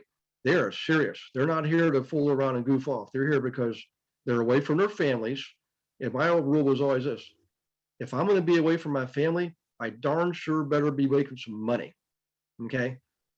And I can have fun when I get back home. And in any case, I did eventually learn I got to have a little bit of fun too, but because you have to network. But boy, you talk about implementing, like, I mean, fast, lightning fast. And sure enough, she rose up through the ranks. She and I both are, I think we were the only 2 out of the original group that really kept hammering it away. And she stayed in her market, stayed in her lane. She didn't do the national thing like I did, but she dominates. You can look her up and just look at all the things she's doing. She's on television. I forget all the stuff she's done. But in any case, I'm telling you, when you operate with that level of ambition and sincerity, right, and passion, and determination, you are going to succeed. It's not a matter of if, it's just a matter of when. And if you do it quickly, you're likely going to nail it. You're going to get it. You're going to master it and perfect it more quickly because you started more quickly, right? Hey, Gary? Yeah. This is Vanetta. She sold over $5 billion of local real estate here in the DMV market. It Banana, did last she's year. Arlington. Yep. It She's just in last year. Virginia, she's right up the street from me. Yeah. Yeah. Yeah. She and our husband just built a new house, So yeah, he's a character. He was in another mastermind group with me, that Go Abundance mastermind group. It was the men's mastermind group. And he's pretty good too. He's a quiet performer. Kerri's the more, on television. And I think Dan was her husband's name. Yeah, Dan. He's more the quiet guy, you know. So let's see. Whoops, I don't want to do that. Google. Dan Lesniak. Yep. Look up Dan Lesniak. But they're married. How about that? Two rock stars marrying each other. So that was 5 billion, Bonetta, in 1 year. Well, it says she's ranked as the top producing real estate agent in the DC market, and her team has sold nearly $5 billion of local real estate here in the DMV market. Yeah. Virginia, So that's probably DC, and Maryland. historical then, but that is a lot. Yeah. I know probably 3 people in this entire industry that have sold 5 billion or more. 3 people. She's one of them, you know. So in any case, all right, you guys feel like let's do a quick test here. I want to go into the booklet now and go into the meat and potatoes. We'll be here a little bit longer, but I don't want to move on until you guys feel like you've got a delivery method that you want to execute. So just show of hands, you feel like you've got a delivery method that you can execute starting tomorrow. Just pick one. You don't have to do all of them. Just pick one. All right. I would do it, guys. I mean, you don't owe it to me. You owe it to yourself and your families, you know? Okay. Do it for yourselves. Okay. So let's see. Let me go into the booklet here. Let's go back. All right. The first thing is this caption right here, where the smart money is. It basically, I left it open-ended on purpose because I knew if I did that, most people are going to be inclined to figure out, well, they want to complete the sentence. I basically created an open loop, and now I need to have them close the loop. So I didn't give them the answer until after they looked at the picture. Yeah. Do you mean to be sharing your screen? Oh, I'm sorry. I didn't realize Thank that. you. Thank you, guys. Boy, I haven't done that in a long time. I'm going back to my old ways here. So I'll probably do it more often. You guys are just too polite with me. Okay, where the smart money is, it creates an open loop. It's called an open loop. Subconsciously, all humans have to close that loop so that we know we're going to read what's next. But I want to first give them a picture of the area that's somewhat aesthetically. Let me download this, guys. Hang on one second, because otherwise I'm going to have to use this method of going back and forth, and I don't want to keep jumping around. Let me open that up, and hopefully that'll, here we go. This is going to be much easier. Okay, now I can do this. All right, so if you look at this picture, it definitely has a feel of business, right? This is a skyline, called the Three River Skyline, by the way. This is Pittsburgh. But kind of a neat background. You got this neat sky with the clouds with the blue sky opening up in the middle there. By the way, that's typical Pittsburgh. If you get a patch of blue sky, consider yourself lucky. Any good Pittsburghers on tonight? So that's the Midwest for you. But in any case, I give them something that plants an image in their mind of big buildings and a nice background, right? And then I give them the answer, investing right here in Pittsburgh real estate. And you can say Tampa real estate, Portland real estate, wherever your town is, put that in there. Or if it's an area, the area is more known by a regional name, then put that in there. Whatever most people would most likely recognize, you put that in there, okay? Now, if you have a logo, give them your logo, right? Then you give them your contact information. And you don't have to use this. You can use anything I've ever used in my past, taglines, pitches, things like that. You're all welcome to use it, 100% carte blanche. Okay, just make sure you put your name and email and phone numbers in there. All right. Now, what I want you to do is look at this welcome letter here, this welcome page. Look how big it is. All right. I'm going to tell you, I would not use a welcome page like this big. I will look at the other booklets that are in the campaign that I asked you to download and look for one that's much shorter, okay, and use that. In fact, 2 paragraphs is definitely better than 1. I wouldn't use one big giant run-on sentence. That wouldn't be correct. But if you look in here, I do talk about US servicemen and women, things like that. You can focus on doctors, you can focus on dentists.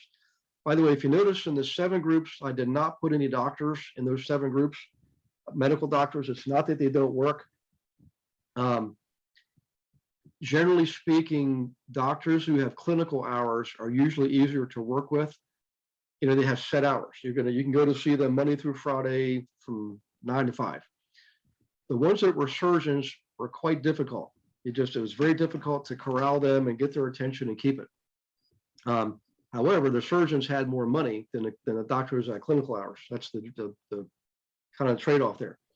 But you can take what I've written here, and if you want to pare it down, take out stuff that doesn't pertain to you, you can do that. But I think one of the other booklets might have a much shorter page here that you can use. The key is to make sure you use it, you know, and make it just enough information to let them know what it's about, but not so much that they're not going to read it, or worse yet, not even turn a page because it's too many words, you know.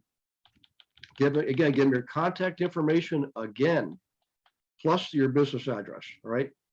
Now, in this case, if you're in another brokerage, generally you have an office, you know, for that area. You put that address in there. If you're an EXP, you use the brokerage office that's provided you when you first sign up. Okay, unless you have a satellite office like a lot of agents do now. Then you have a table of contents. Okay. Again, you can copy this, but I would generally keep the wording down. Just tell them what's in the thing, 1, 2, 3, 4. All right. And again, contact information on every single page. Okay. Then I give them an article. I'm trying to figure out when the heck I took that picture. Let's see, 93, 2000. Wow, that's an old one. That's probably 12 years old now. I don't use that anymore, by the way. I got new pictures taken in March because I don't want to be the agent everybody looks at. And they meet you in person, they say, man, what is that? Your high school picture? You know, from 30 years ago or something. But in any case, what I did is I was asked to write this article from the local RIA group. Actually, it was the Acre group, excuse me. And the guy that ran the group was an attorney. I said, I don't even know what to write on. He said, just take one of your deals and write about it. That's all you got to do. So I said, okay. Took one of my first deals, wrote about it, gave him a little bit of terminology up front, gave him the example of the data when I bought it, gave him the data when I sold it, right? And then talked about the difference in plain language, dialogue style. Then I basically gave him the rundown, right? All the way down, the exact numbers, everything that made up the total profit. And if you look at it, actually did turn 5,000 into 70,000 in 11 years. Not too shabby, okay? Now, you could probably come up with a more current example, but if you want to just use mine, you can use mine. And what I realized is it was at a time when, just like now, the stock market's going wacky. So I took advantage of it. And I talked about that, what it's like in a stock market versus what it's like in real estate. Excuse me. I really what I want to do is I wanted to get a reaction from them and think about, they've got a choice. They can either do A, real estate, or B, stock market. I knew the stock market was scaring the crap out of people. And I knew real estate, everybody was running the real estate, including people from Wall Street. So I took advantage of that, right? And then now, if you use this article, you can use it as your own. You're supposed to give a citation at the bottom. You can say information provided by Gary Wilson. Nobody's checking to see if you're doing it. If you don't do it, you're still my friend, okay? I'm just telling you the way you properly write when you use someone else's material is to give what's called a citation. But you should put up here your information, okay? Not mine, but yours. Make sense, guys? Okay, now if you want to, you can also go to, if you go back to here, all right, click on newsletter, and that should say profit booster. This was a monthly profit booster, we call it. There it is. August isn't out yet. July issue, click here, it just came out. Oh, there's an old picture. That one's from 5 years ago, I think.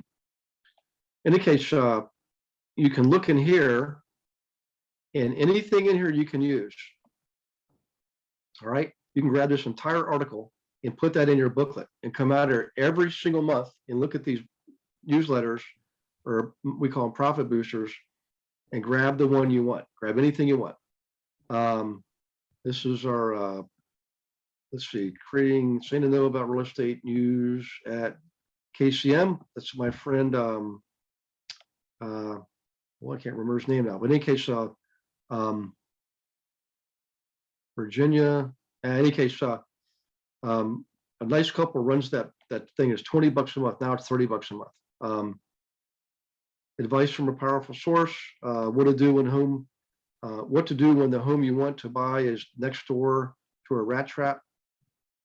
So this is the kind of stuff you can put in your booklet, okay? There's always a neat little thing at the end there. So I like this because it's a little bit quirky, a little bit different, and it doesn't say Gary Wilson's newsletter, you know? Okay, so back to the booklet.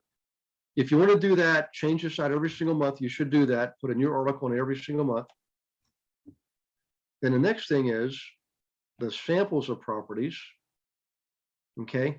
And I'm not going to go over these in detail because they're just samples of properties. But I will tell you, it's going to be tempting to put active listings in there. And I still did that for a while.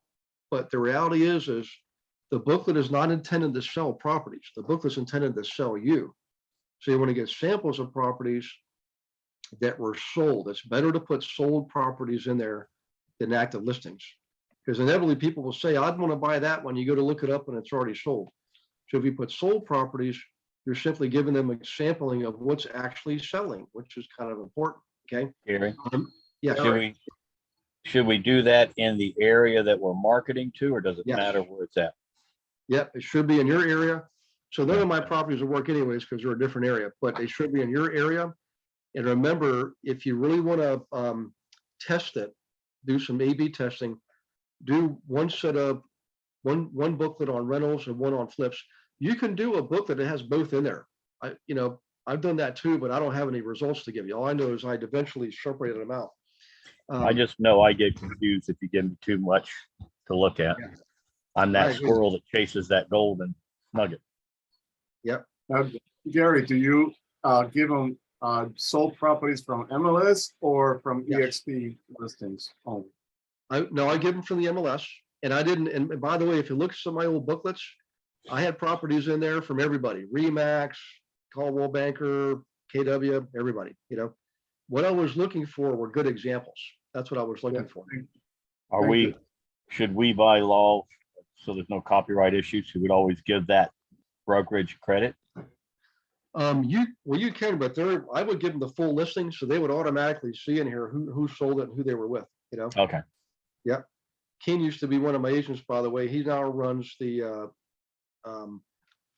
SVN office in Pittsburgh. He's really good. He took off like a rocket. But in any case, what I found out was, I had people tell me, well, aren't you afraid of them going to those other agents? And I said, actually, never even thought about it, because these are people that I already knew. I'm only sending my booklet to people I already knew. You know what I mean? Number one. Number two is I'm the one giving them the booklet, and my contact information was on every single page, and I'm not aware of anybody going elsewhere. And maybe it happened, I'm just not aware of it, you know. But I would just look for ones that make good examples. That was my key focus. I want to find ones that make good examples, regardless of who sold them and things like that. And I would go back sometimes a couple of years if I had to. I wasn't afraid of that. The rentals were easier because you don't have to do a lot of fancy legwork. You just look for rentals that have some data. Hey, Gary. Yes. So going back to what you said about giving them the full listing. So I thought about that because I did my booklet over the weekend. I'm still tweaking it, but I did it. Okay. I did a new one because I had already done one, as you know. I did one on flipping. So when I was doing it, I put in, instead of the agent version of the listing, I put in the client version of the listing so that the other person's information wasn't there. but I Okay. used what the agent listing said as to what was done or needed to be done to the house to put in property renovation or what needed to be done to the house. You're saying you did or did not want to include that? So I did, because Good. unlike yours, I put in, those forms that you have in the back, you have the home inspection. Yep. and you have the property analysis. I have that including a summary. So I listed from the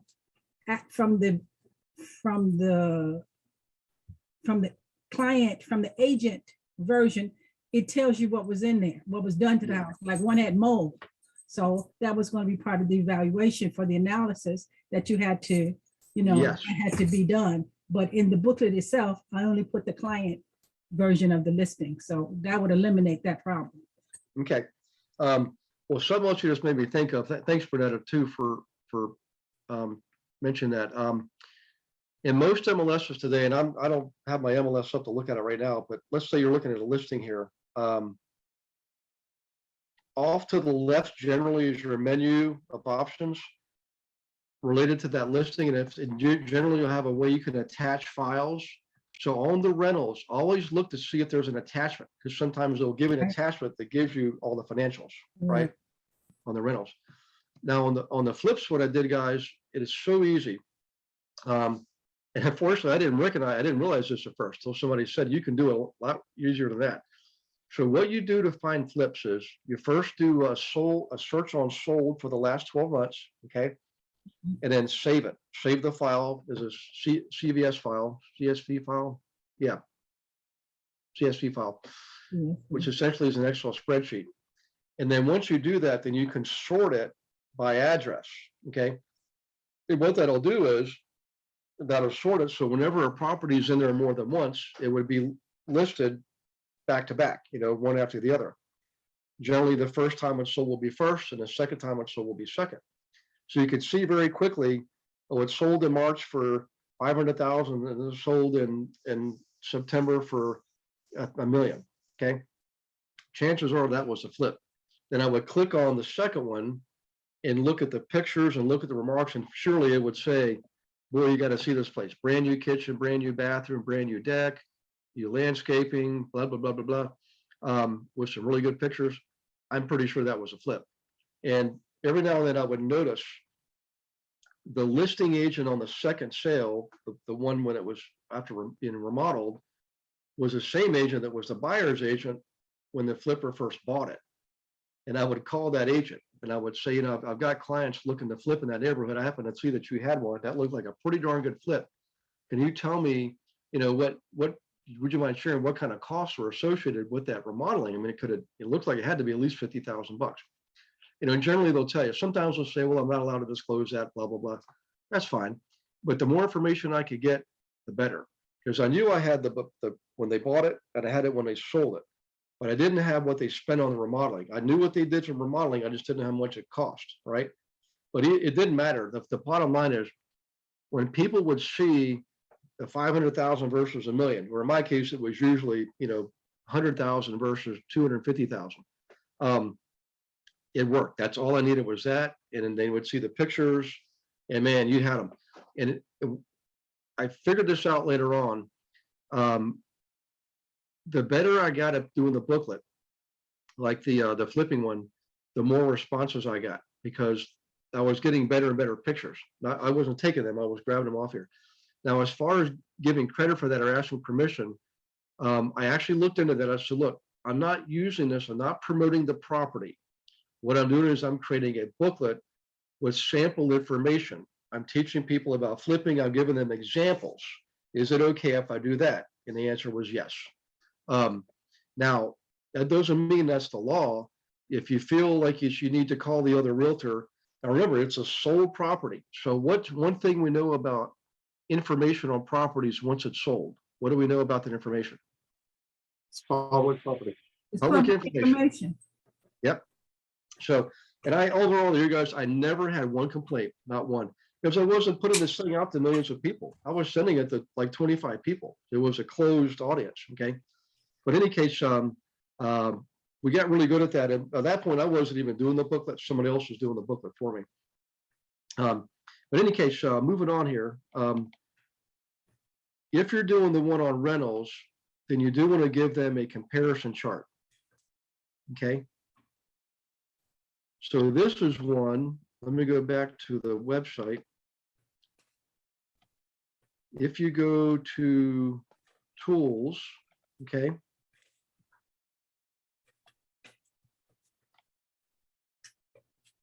This one is an Excel spreadsheet, and this one is an Excel spreadsheet. So you can download them both. They're both in original format. So I'll show you this. The reason I like this one is because we can compare multiple properties,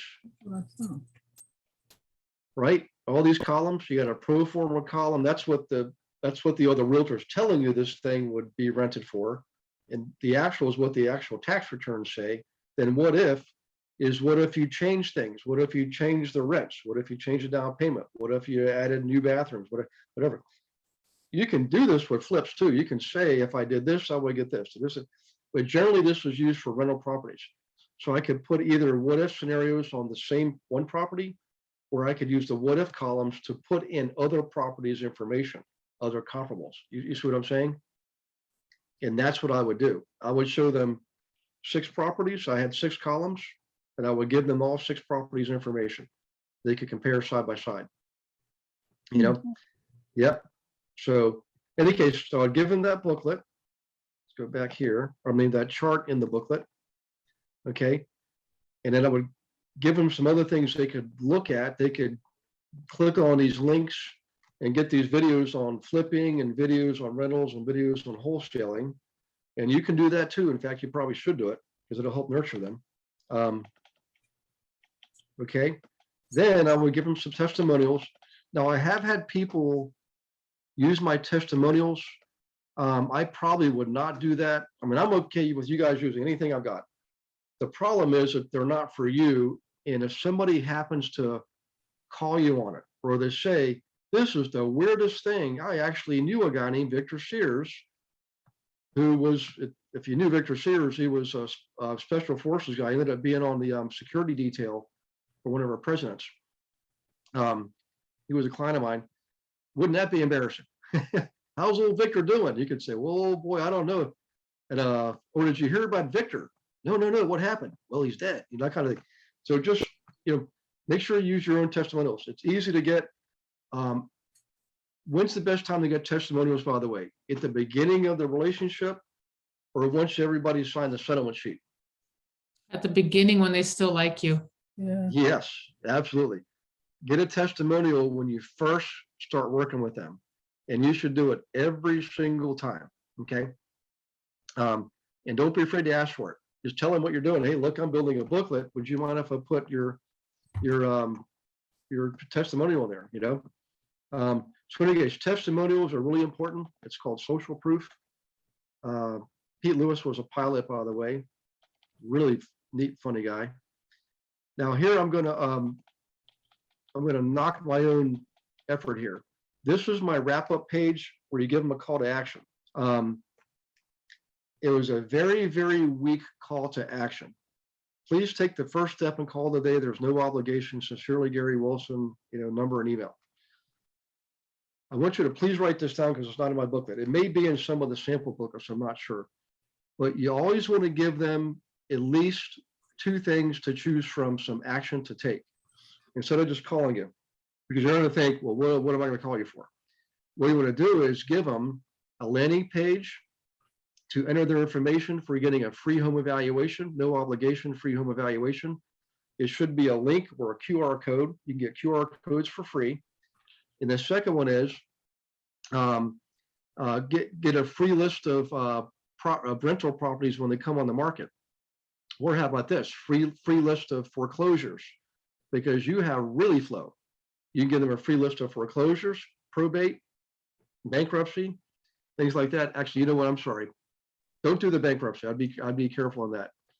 I'm sorry, can you repeat the first thing you said again? My volume went out. What to give them for free? Yeah, you can say for a free list of rentals, click here or use a QR code. But Shanika, with Really Flow, we can also give them foreclosures. Okay, so you can say for free list of foreclosures. Yep. But you want to give them, offer them one way for the buyers to get some properties to look at, and for the people looking to maybe sell, give them a way to get a free evaluation of the property. And I love that technique because I know if they're going to ask for a free evaluation of, and use the words what your property would sell for. Don't say what it would be worth, say what it would sell for. I'm pretty sure they're thinking about selling, you know? So I would use that to get an appointment. I'd call them up and say, this looks good, like your information. In order to do this properly, I'd like to swing by if you don't mind and gather more information on your specific property, and then get an appointment. So those two things you should do in every booklet, you know? I mean, definitely give them your contact information, but narrow this down and we're just two things that you don't have, you're either going to get free list of properties or a free evaluation. They can do both, but the point is give them two things to do. And that's essentially the booklet. I would look at the 4 samples that we give you in the campaign, kind of get a feel for what type of look you want. And guys, I would create that thing. I would tonight at least create your download of this here, your template, change all the information to be your information, and go ahead and plop in some sample properties from the area. I would just, I know it's getting late, but I'm going to be the first to tell you. If you put it off a day, it's going to be easy to put it off a week. And you put it off a week, it's going to be easy to put it off a month. Put it off a month, you're going to always be the caboose, right? Bring it up the rear. And at the beginning, I asked everybody who wants to be average, and nobody raised their hand. You know, I'm assuming you want to be above average. And what that means is you have got to take the action. Boy, if I could sit at your kitchen table with you, I'd do it. I love waffles. So you make waffles and I'll come and run it. But the reality is that's not practical. What's practical is just do it. Do the action, get in the game and swing the bat. You know, it's a pretty darn good feeling when people start calling you. It's interesting because some people are scared. Like, well, what do I do now? They actually called, you know. Well, you call me, you know, call Gina, whatever the situation is, you know. If I was you, the third option would be call that person back. I would sort of just practice. You're not going to get every single one. And what I would do is I would look at it. The value is in the exercise. The value is in the effort. And your passion is going to speak louder than your words. Does that make sense, guys? The way you carry yourself and your passion for helping them is going to speak louder than your words. Okay. In any case, let me check my notes here real quick. Today is the 11th. Booklet. So the week of July 24th, I'll be gone that week. I'm not going to open up any scheduling spots because I made a commitment to people I'm going to vacation with that I wouldn't do that. But I know I've been told to not say this, but I'm going to say it because I mean it. If you're stuck on something and it's important, like it's a deal on the line, or you got a big fish, like who was it? Michael, was that you that through your efforts, you got a client who has a bunch of properties, a bunch of rentals? Is that right?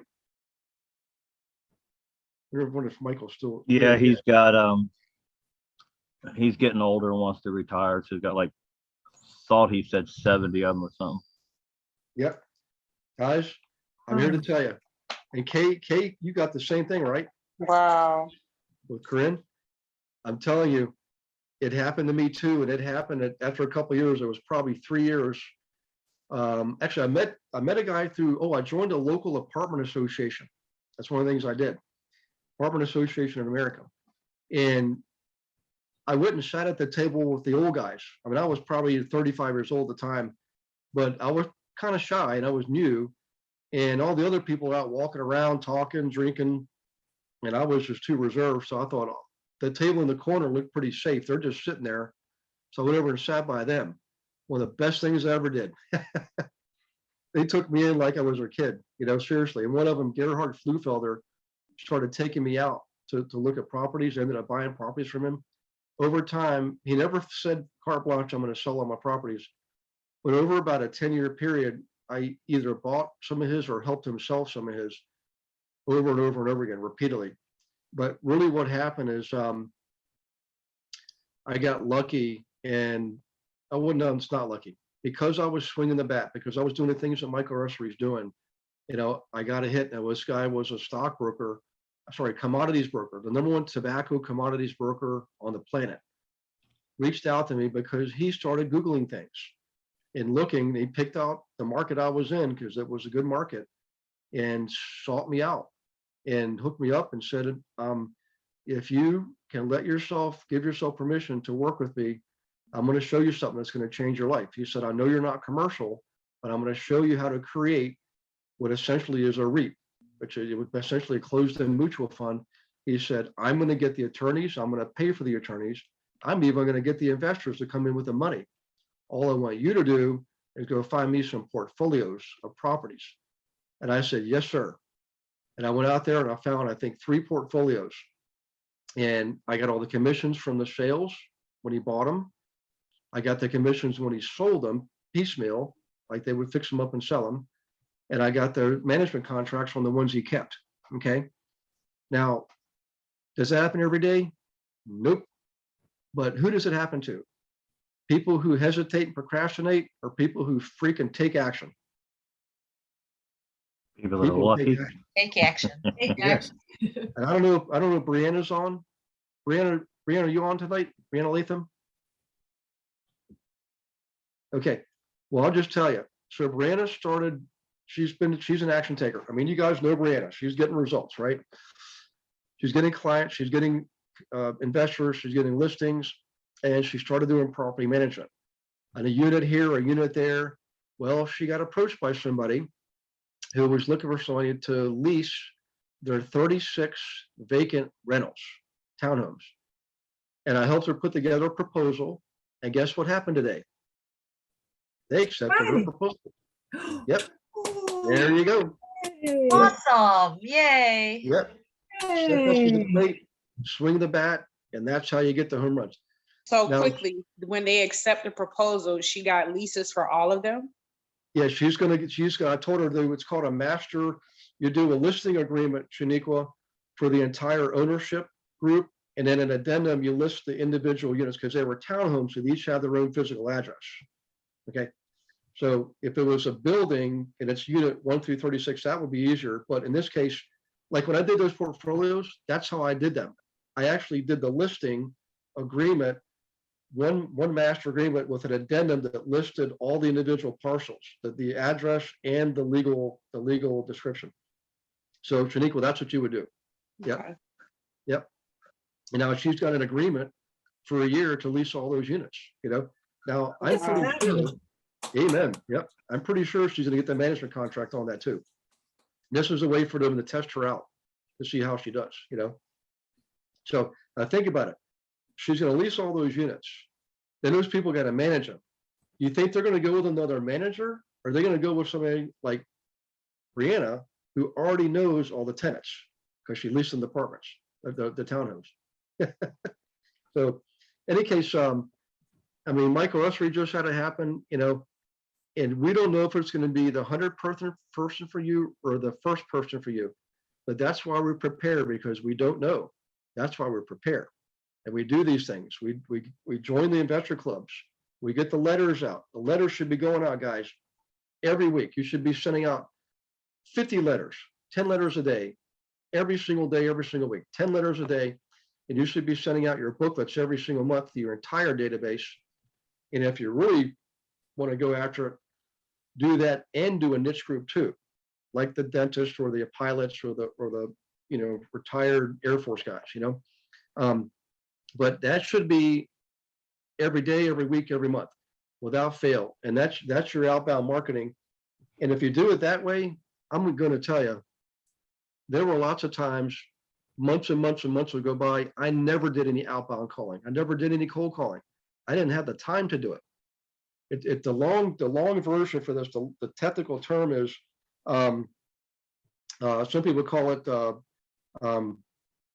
let me think, why can't I remember this now? Let's see, direct response, reverse lead generation, direct response, reverse lead generation.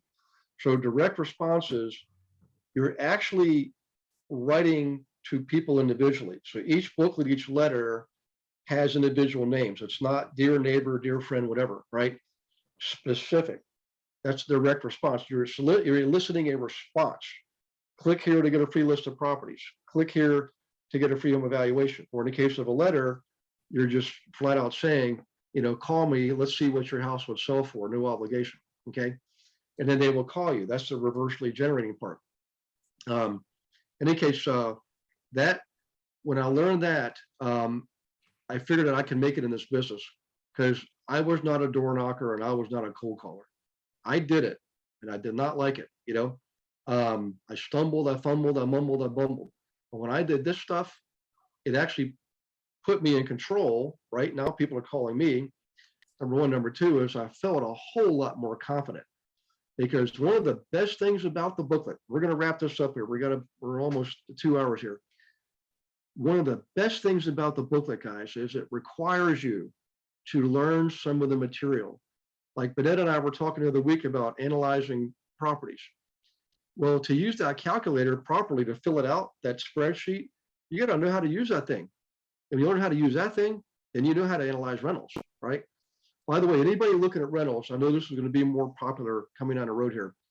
What I would do is I would ask Jody to unlock rental profits without the pain, because it's free to every one of you. Do that, and then in there you'll see there's a chapter on physical analysis and a chapter on financial analysis. Now, if you go into an investor agent program, those two subjects are combined, I think, in module 6. In investor agent, module 6 has the rentals. How do you analyze physically and financially? And the entire program just on rentals is two separate modules in that training program. But what you do is you learn it, then you want to practice it. The best way to learn this business is to actually do it. And if you're not investing yourself, help these other investors, and it's just as good. It's just going to teach you just as well as investing for yourself. But that's how you learn. You got to use real properties and real numbers and plug them in and get used to it. And eventually you'll get to the point you can look at a property within seconds. You'll be able to tell if it's a go or a no-go, You'll get that good at it. Yep. Sorry, could you repeat the location to where to find those pieces of information? Yeah, let me show you. I'm going to do a share Okay. screen again. Let's see here. Let's reduce that. Forms and calculators. So if you go to your dashboard, guys, okay,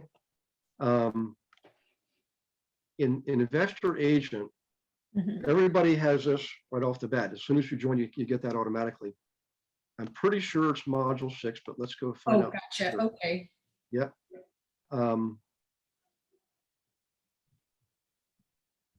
Finding the right investors, desktop analysis, signed contracts, PDF. Okay, let's look. Then see, this has opportunity evaluator. Gotcha. Yep. So I know this is the right one for the rentals in the investor agent program. Well, let me just scroll in here and make sure it has the physical analysis too. Buying rentals, module 6, two basic approaches. The two basic approaches are, by the way, turnkey and value add. Value add is you buy it when it's in a mess and it's in bad shape and you fix it up and add value. And I give examples of those two, by the way. So 3834 Brighton was an example of a value add. Whenever the income expenses, the net. Now I don't see physical analysis in here. That might actually be a separate module. Large apartment complexes, use that one. Oh, you definitely want this. This is the steps you use to actually engage with a prospect. Okay. Okay. Yep. Forms to use. Let's see. I think, well, for sure, the physical analysis is going to be in here somewhere. I thought it was a separate chapter. Let me see if it's chapter 7. I just want to, I know it's dragging on, guys, but please bear with me. I want to make sure I give you everything 100% completely. Module 7 PDF. Module 4 may be the physical analysis. Let's see. Now that's wholesaling. We don't want that. You should learn wholesaling, but I'm not really a big fan of it. I've done it both ways.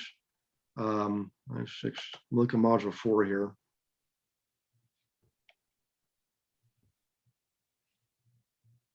How to find the right inventory. Oops, sorry, let me click on the wrong darn thing. Go back. Look at all that hair. Holy smokes. So, what were you guys thinking? Let me get away with all that crazy hair. Okay, let's see here. I think this is what I want to show you. Targeting, locating properties. And this is using all those great government websites or quasi-government websites.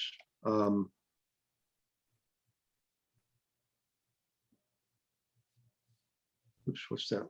Other, all right, let me do this. Let me go to the training program. Okay. So I want rental profits without the pain. So if you don't have this unlocked, you have to be an active student.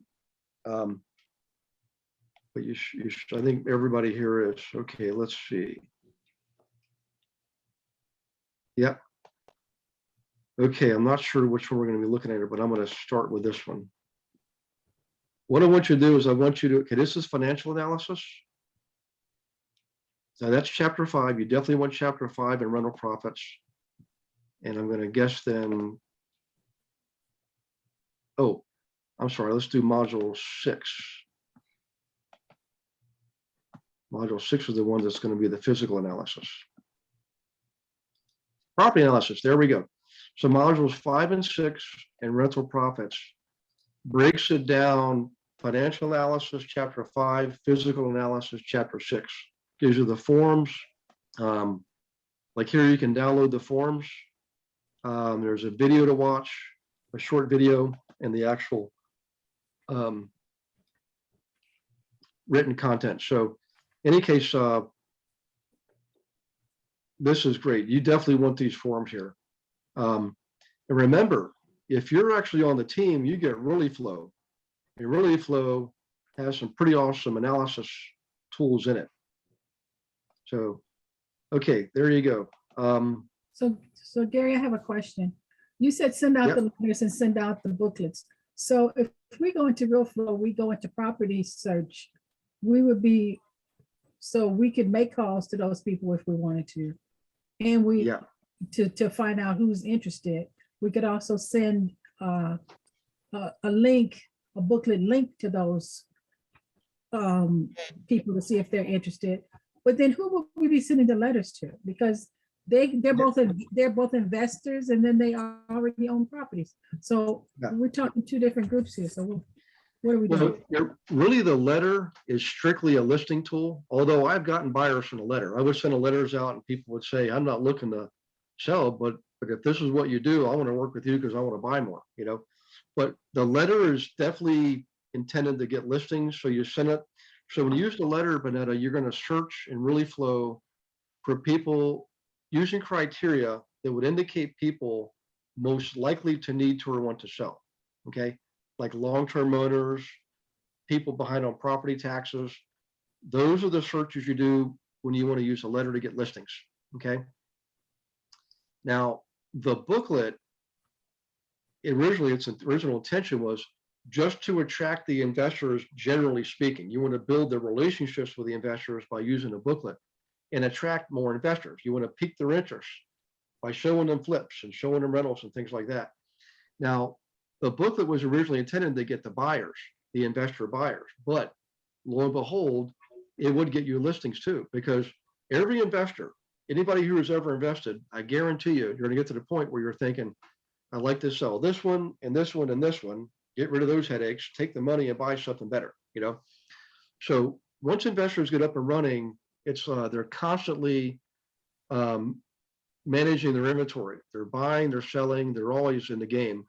And you want those guys.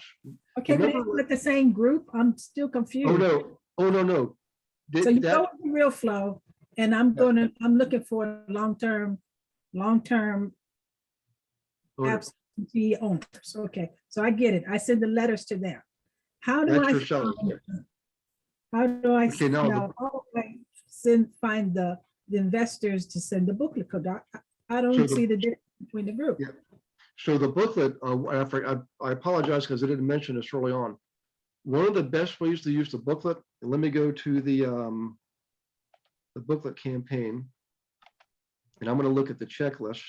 So hang on just 1 second. You want to use the booklet to attract new people, Bonetta, but also to maintain contact with existing people. So if we go into the booklet campaign Yeah, and scroll down to checklist, by the way, great question. So thank you. Thank you very much for bringing this up. If you look in here, yeah, determine which niche group you want to serve. So again, you Yeah. could use it for a niche group like dentists or teachers. Okay, and Right. only send it to teachers, for example.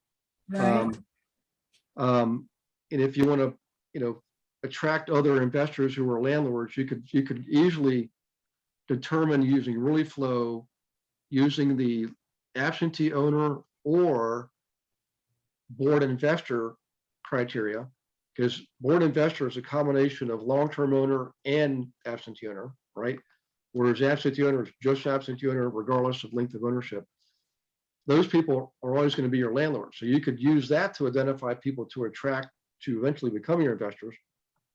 But more to the point here, if you look in here, go down to paragraph 12 in the red. This is where you can save it as a link and as a We file can- on Google yeah. Drive and get the link. You And need then, to share again, Gary. what's Yes. that? Oh, You I'm need sorry. to share again. Okay, thank you. Let me You're do, welcome. okay, good. So paragraph 12, this is the method where you save it as a Google Drive link, right. take the link and send it to your database in an email form or text if you want, or Facebook post. But this is where you're generally speaking, when you send it as a link electronically, primarily you're going to use it to maintain contact with your existing database. Now, I would send it to everybody in your database at first, every single person. I don't care if they've never flipped a house or never bought a rental. If you're in there, if they're in your database, the way this wording is, okay, the first time out of the gate, you're asking, it's called permission-based marketing. You're asking them for something. You're asking them for their opinion on the booklet, okay? Right, in the paragraph, the body of the email, and then you give them the link so they can click on the link and get the actual booklet itself. And you're asking them, would you provide your feedback? I value your opinion, okay? Up here, you're telling them, you're basically permission-based. Hi, I'm training to be a certified investor agent. Create this booklet for other investors, people just like you. I thought of you. Have you ever considered flipping or property or buying a rental? Would you please provide your feedback? I value your opinion, okay? So I would send it to everybody first time out. Now, later on, you want to make sure you only send this paragraph to people who are new to you, but people who've already received the booklet, then you're sending it on a regular basis and you don't want to use that same paragraph. So, Right. so one use is using it this way. Another use is to do the niche marketing where you're focusing only on teachers. Then Right. those people will come in your database, right? You add them to your database. Then you can switch to sending them the electronic version. So you don't have to send them the written version anymore. Okay. That's two uses. Now, remember, there's another alternative, which is what Modupe did. And she took out all the investor stuff and put in information for owner occupants, active, pending, sold, like right off the MLS. Just download those reports and stick them right in the booklet. And then she wouldn't give an analysis chart or anything like that. She would just give them the actual pitch, free list of homes, click here, free home evaluation, click here. In the beginning, that article might be something more general, like something about the town or the area, and hopefully relative to real estate, you know. So, but I don't want to overwhelm you, Bennett, or anybody here. I want you to, for right now, just pick one use. And the easiest one would be save this thing as an attached, as a file on Google Drive, and then send it to your database with this paragraph. That would at least get you in the game. And then you can focus on a niche or add and keep this going, right? And then the next thing is add a niche like teachers and try to attract new people. Remember your database. Remember the number one rule in this whole business. If you go back up here, let's go back to marketing.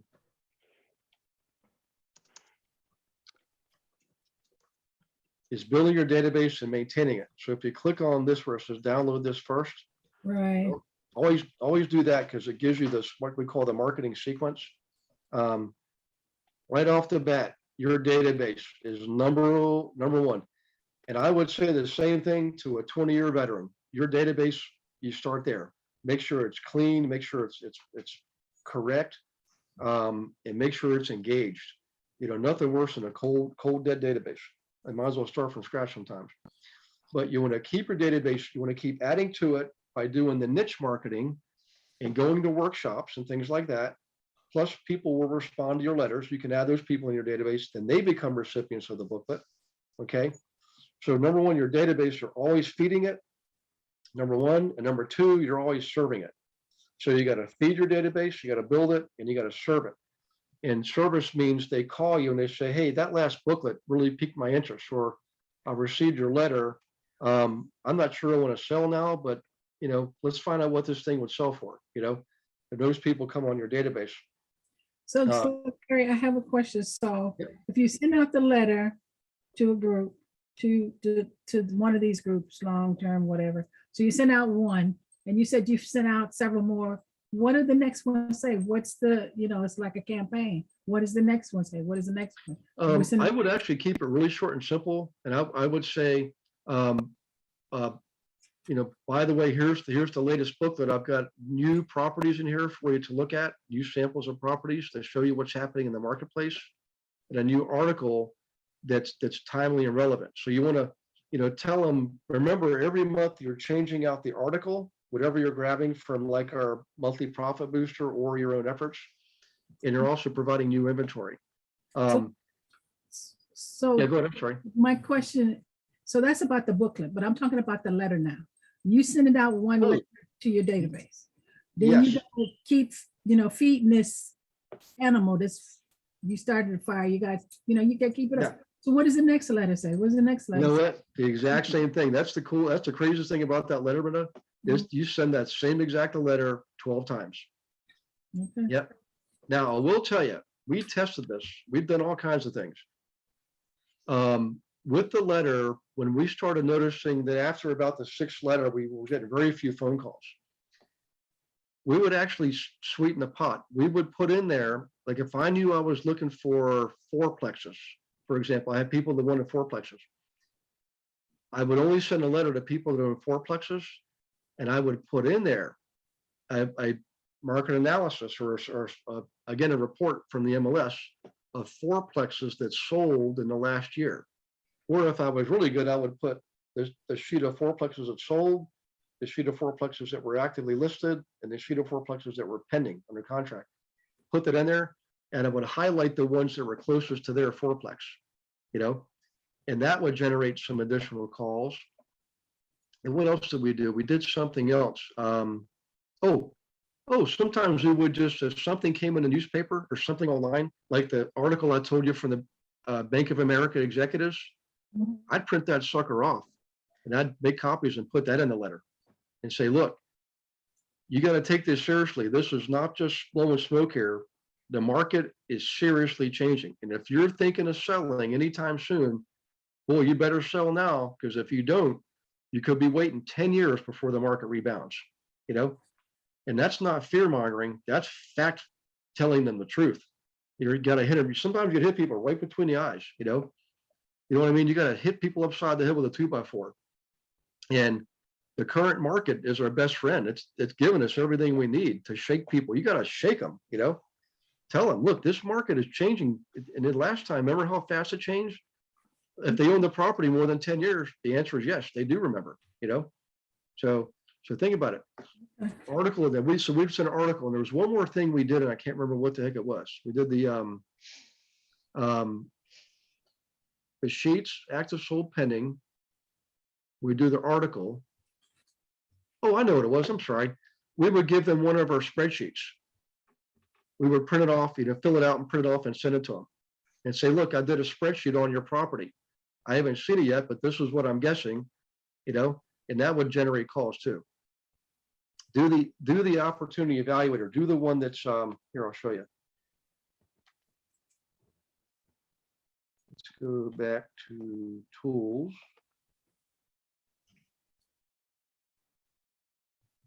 I think it's called rental profit calculator, actually. There it is, rental profit calculator. So I would give them this one in the letter because it's one sheet, and I would fill it out. With that, I would take the data from the sample properties, like in the other fourplexes, for example, and I would take an average and fill this out, right, with those numbers. And I would send it to them with a letter and say, this is what the other fourplexers are doing in your area. You know, are you doing better? Are you doing worse? Let's find out what your place would sell for. You know, people want to buy rentals right now. And that was so we would send out, you know, say 6 letters. We'd have 6 letters left. I would probably do this, you know, if I had to, this would be like the last ditch effort on the 12th letter, you know. But little things like that would sometimes generate additional calls, you know. Okay. Hey guys, I got a few. Yes, go ahead. I have a question. I'm looking in my back office on the in your website, and it says that 2 are available to me. One is investor agent, one is commercial, but none of the other ones are. Which ones do you want me to contact Beverly about? The rental profit? Yeah, if you're, so let's say you're like I know Benetta was really interested in learning more about how to analyze, identify, and analyze rentals, then you want this one. Just ask her to unlock it and she'll unlock it for you. So it's rental profits without the pain. Now, every one of these, everybody has this one already unlocked, investor agent. The rest of these will always be locked until you ask for it to be unlocked. And you only want to unlock it if you're going to be focusing on that particular type of property or subject, you know. Like I had one guy asked to have everything unlocked right off the bat. And I never got a chance to talk to him actually, but I know in my mind, I'm thinking there's no way he's going to be able to learn all this stuff and have it make sense. You want to do things. There's a Japanese term called just in time. You want to do what's necessary at that time, because right now most of your clients might be interested in just rentals. I know most of flippers I know are starting to pull back because they saw the movie before. They know what happened the last time these things were happening. And boy, you don't want to be stuck with a $1 million house on your hands, not being able to sell it, you know? Right. Thanks, Gary. You're very welcome. Yep. So, hey guys, did I push you hard tonight? Everybody feel like your head's about to melt? Yep. Anybody need ice cream? Yeah. I'm craving chocolate. Yeah. I already have one. Yeah. I want to have a mid chocolate. That's what I'm going to have. So, well, I tell you what, I want to say something. I want to commend you guys for sticking in there. There's 31 of you on, 40 of you joined early on. That means 9 of them left. Now I know some of them might have kids and parents are caring for and things like that. And God bless them. I appreciate that. But I want to recognize you guys for sticking it out. We've been in class for over 2 hours. This is the longest class we've had since I've been teaching. It's the longest one, breaks the record. So, but that tells me you're serious about your business. And that all that does is fuel me. That's like putting fuel on my fire, man. When you show me this kind of ambition and motivation, that pumps me up. I am dead serious. And I hope every one of you will schedule a call with me this week or next week. Today's Monday. So you can schedule time for Thursday and Friday. Guess what? Friday is wide open. Holy mackerel. This is your lucky day. And next week, Monday's all open except for 1 hour. Tuesday, the morning is all open. Wednesday, some mornings, some afternoons open. Thursday, oddly enough, Thursday is the most booked right now. Next Friday, what are you guys taking off on Fridays on me? Is that what you're doing? In the summertime, you're taking Fridays off? Well, Yeah, right. I take off early on Fridays myself, but you know what? Remember, the week after I'm on vacation, guys. So get these calls in, because what's gonna happen is you're gonna have questions on this stuff. You're gonna go in execution mode. You're gonna have questions. So make sure you grab a spot, okay? Next week, Gina, you're teaching negotiation class, is that right? Yep, we're doing a negotiation workshop. It's a lot of fun. Hang on. Who's in here that was Kathy, you was in it. I had a couple other people that were in it, so they know. Okay. Buy or die. How do we sign up? It's just Monday Night Live. Oh, okay, never mind. He said, I'm sorry. That's all good. Yeah, and thank you, Gina, for doing that. And thank you, Michael, for stepping up for the 25th and teaching that class. Cousin Tom will be hosting that one. He'll be doing the facilitating again. By the way, for those on the team, make sure you're on this Wednesday night. This is the monthly team call for those on the investor agent team. And there was something I was going to give you guys, and I'm trying to read my notes here. Well, I can't read my notes. I'm going to have to go over that again. But believe it or not, this is going to sound goofy. There's something really important I have to tell you Wednesday night. I remember I was so excited, but now I didn't write it down, so I'm not sure what it is. Am I getting old or what? I think I'm suffering from lack of ice cream. That's what it is. I'm suffering from lack of ice cream. But So that's this Wednesday? yeah. Please be there, guys. There's a couple things to go over, and I want to make sure you're there. So, and it's all for the good, okay? There's a whole group of people behind the scenes that we don't think enough, and that's the operations team. You know, I know they work regular hours like we don't, but a lot of the stuff that everything we went over tonight is only possible because they're there making it possible, you know? Let's see, the investor team are the one who brought the course, a part of the gift. Shaniqua, the team is a production team. So we have folks that are students, like you're learning, you're taking the investor agent training program, and that's kind of the extent of it. I mean, you can have, you can be in class, you can get access to the material in the resource pages that I showed you. So you have, so you will have access to this program in this members resources area here, which is pretty robust. But to get the coaching, the mentoring, all that training, and the leads, you got to be on the team. Actually, we didn't even look at the rule flow system tonight, did we?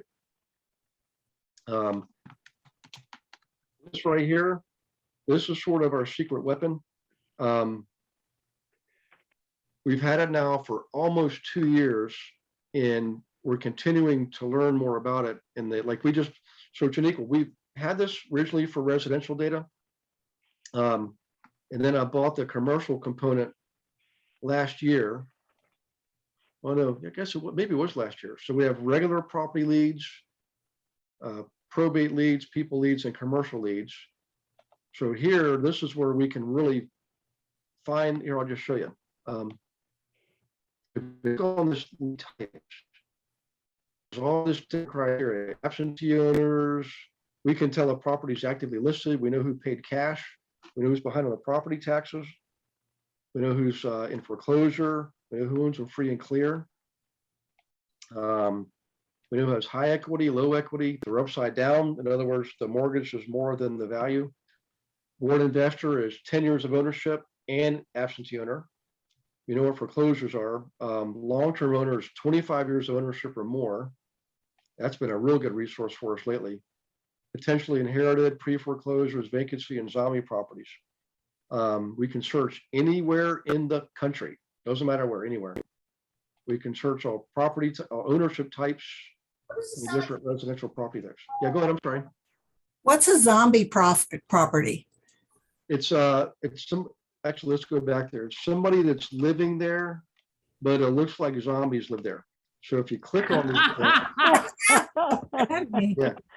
So if you click on question mark, there it is right there. These properties are in pre-foreclosure process and are also, oh no, they're vacant. I'm sorry, I got that wrong. So these are ones typically that They here, thought it was There. foreclosed on. They thought the bank owned it, but the Right bank there. really doesn't. yeah. So yeah, if a property is in active pre-foreclosure process and has been identified from the Postal Service as being Okay. vacant, this property is categorized as being zombie foreclosure, pre-foreclosure. For more information on zombie foreclosures, refer to, and I'm gonna move my, Okay. so in any case, I will tell you, we're already seeing foreclosures out there. I didn't think we'd seen this early, but we are. We saw 4 in San Jose today. I'm just doing one search, and it was one criteria. I do know, and I think Lisa, you showed us this.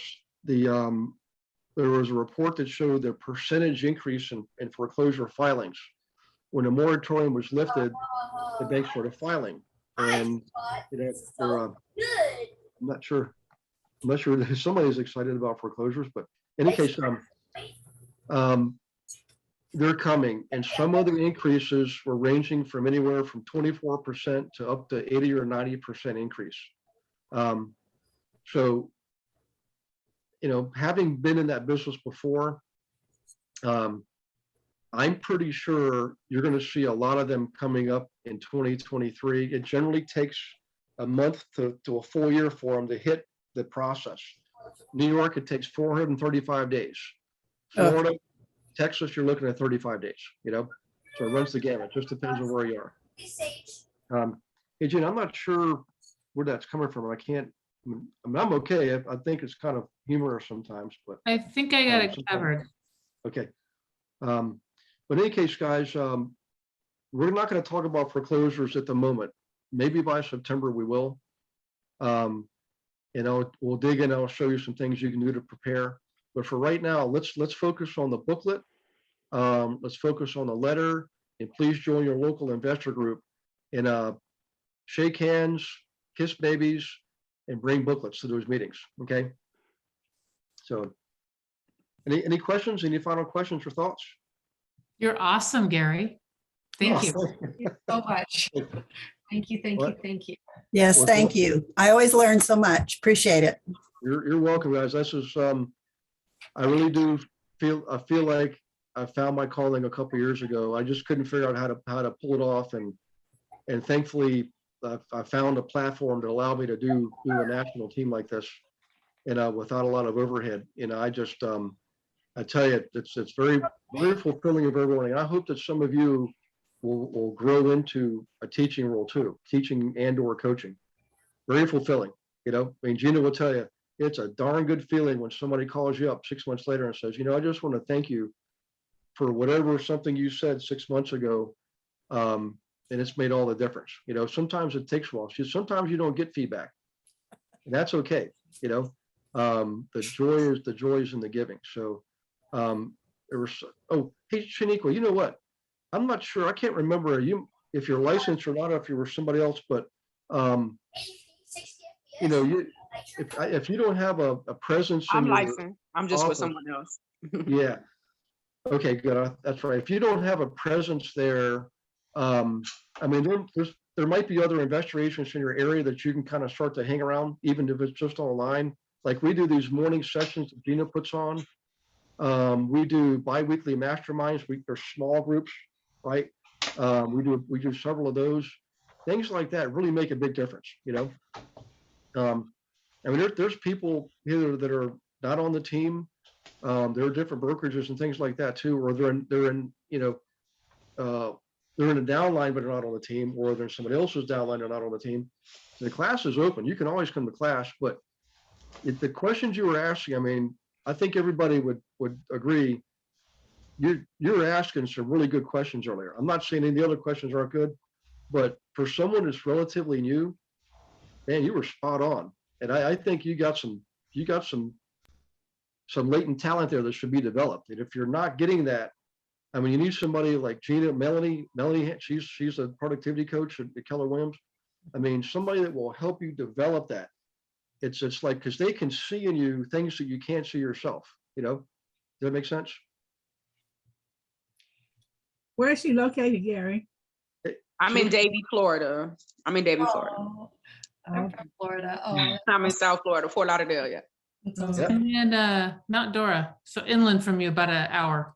Yeah. Tony Moore's down there, Shanika. I don't think he might be on tonight. I met up but, with him. I connected with him. Good. He's a hard worker. He's a police officer too. And I he's just smart. retired from law enforcement myself Oh, in February. Oh, wow. I retired early Congratulations. on that. Yeah. after And thank 17 you. years. Thank you. And I'm doing real estate, my passion full time. I actually own a duplex and I rent Nice. both sides out as a Airbnb. So I know a lot about it, but you have a handle on it that's just been, I've been following you for 2 years. That's why on YouTube. Oh, wow. Well, see, there you go, guys. Remember I was telling you about fulfillment? See, when Shanika signed up for the program a few months back, I didn't know she was following for 2 years, you know? So there's that happens. By the way, Tom Wall's not too far from you. Randy Weaver's not too far from you. Alexandra is not too far from you. So there's some folks in the area, you know, on the team or not on the team, but investor agents. You know, Tom's been in the business he's got a duplex too, you know. Tom's got a rental. So, yep. And I've got friends who are actually going down there this next week and next week looking to buy properties. Oh, wow. Okay. In the Lauderdale area, because Lauderdale right now, everybody listen to this, check this out. In all of Florida right now, Lauderdale has one of the best spreads between cost basis and rental income. In other words, rental income is higher relative to cost basis. Yeah. Sunrise, Tamarack, and Lauderdale Lakes. Yes. Yep. So Gary, I want to buy one. I tell you what. Call me. I'll put my information in the chat. Okay. I was gonna say, I know a good agent out there. Should equal, yeah. But that's so I know some people going there now for that very reason. And you guys remember me talking about Rick and Anna, my old friends Rick and Anna. Anna's going there. She just came back from a 4-month RV cruise around North America. And Rick's staying in Inglewood and Anna's going to Lauderdale to check out properties. And then in August, they're both going together again for 3 weeks. And I'm going back down there to watch Bean the Cat. So I'll be back in Inglewood for 3 weeks. So, yep. Pretty good life, guys. So, all right, it's 9:30 and I'm gonna go spend a little bit of time with my mom. She's in the next room. Oh. Bye, everyone. Thank you very much, Gary. You're welcome. Bye-bye. Good Guys, night. have an awesome night, guys. And so I'll see the team members on Wednesday night. Make sure you're there. Thank you, Everybody- Gary. Yep. Thanks so much. Okay. 61986. everyone.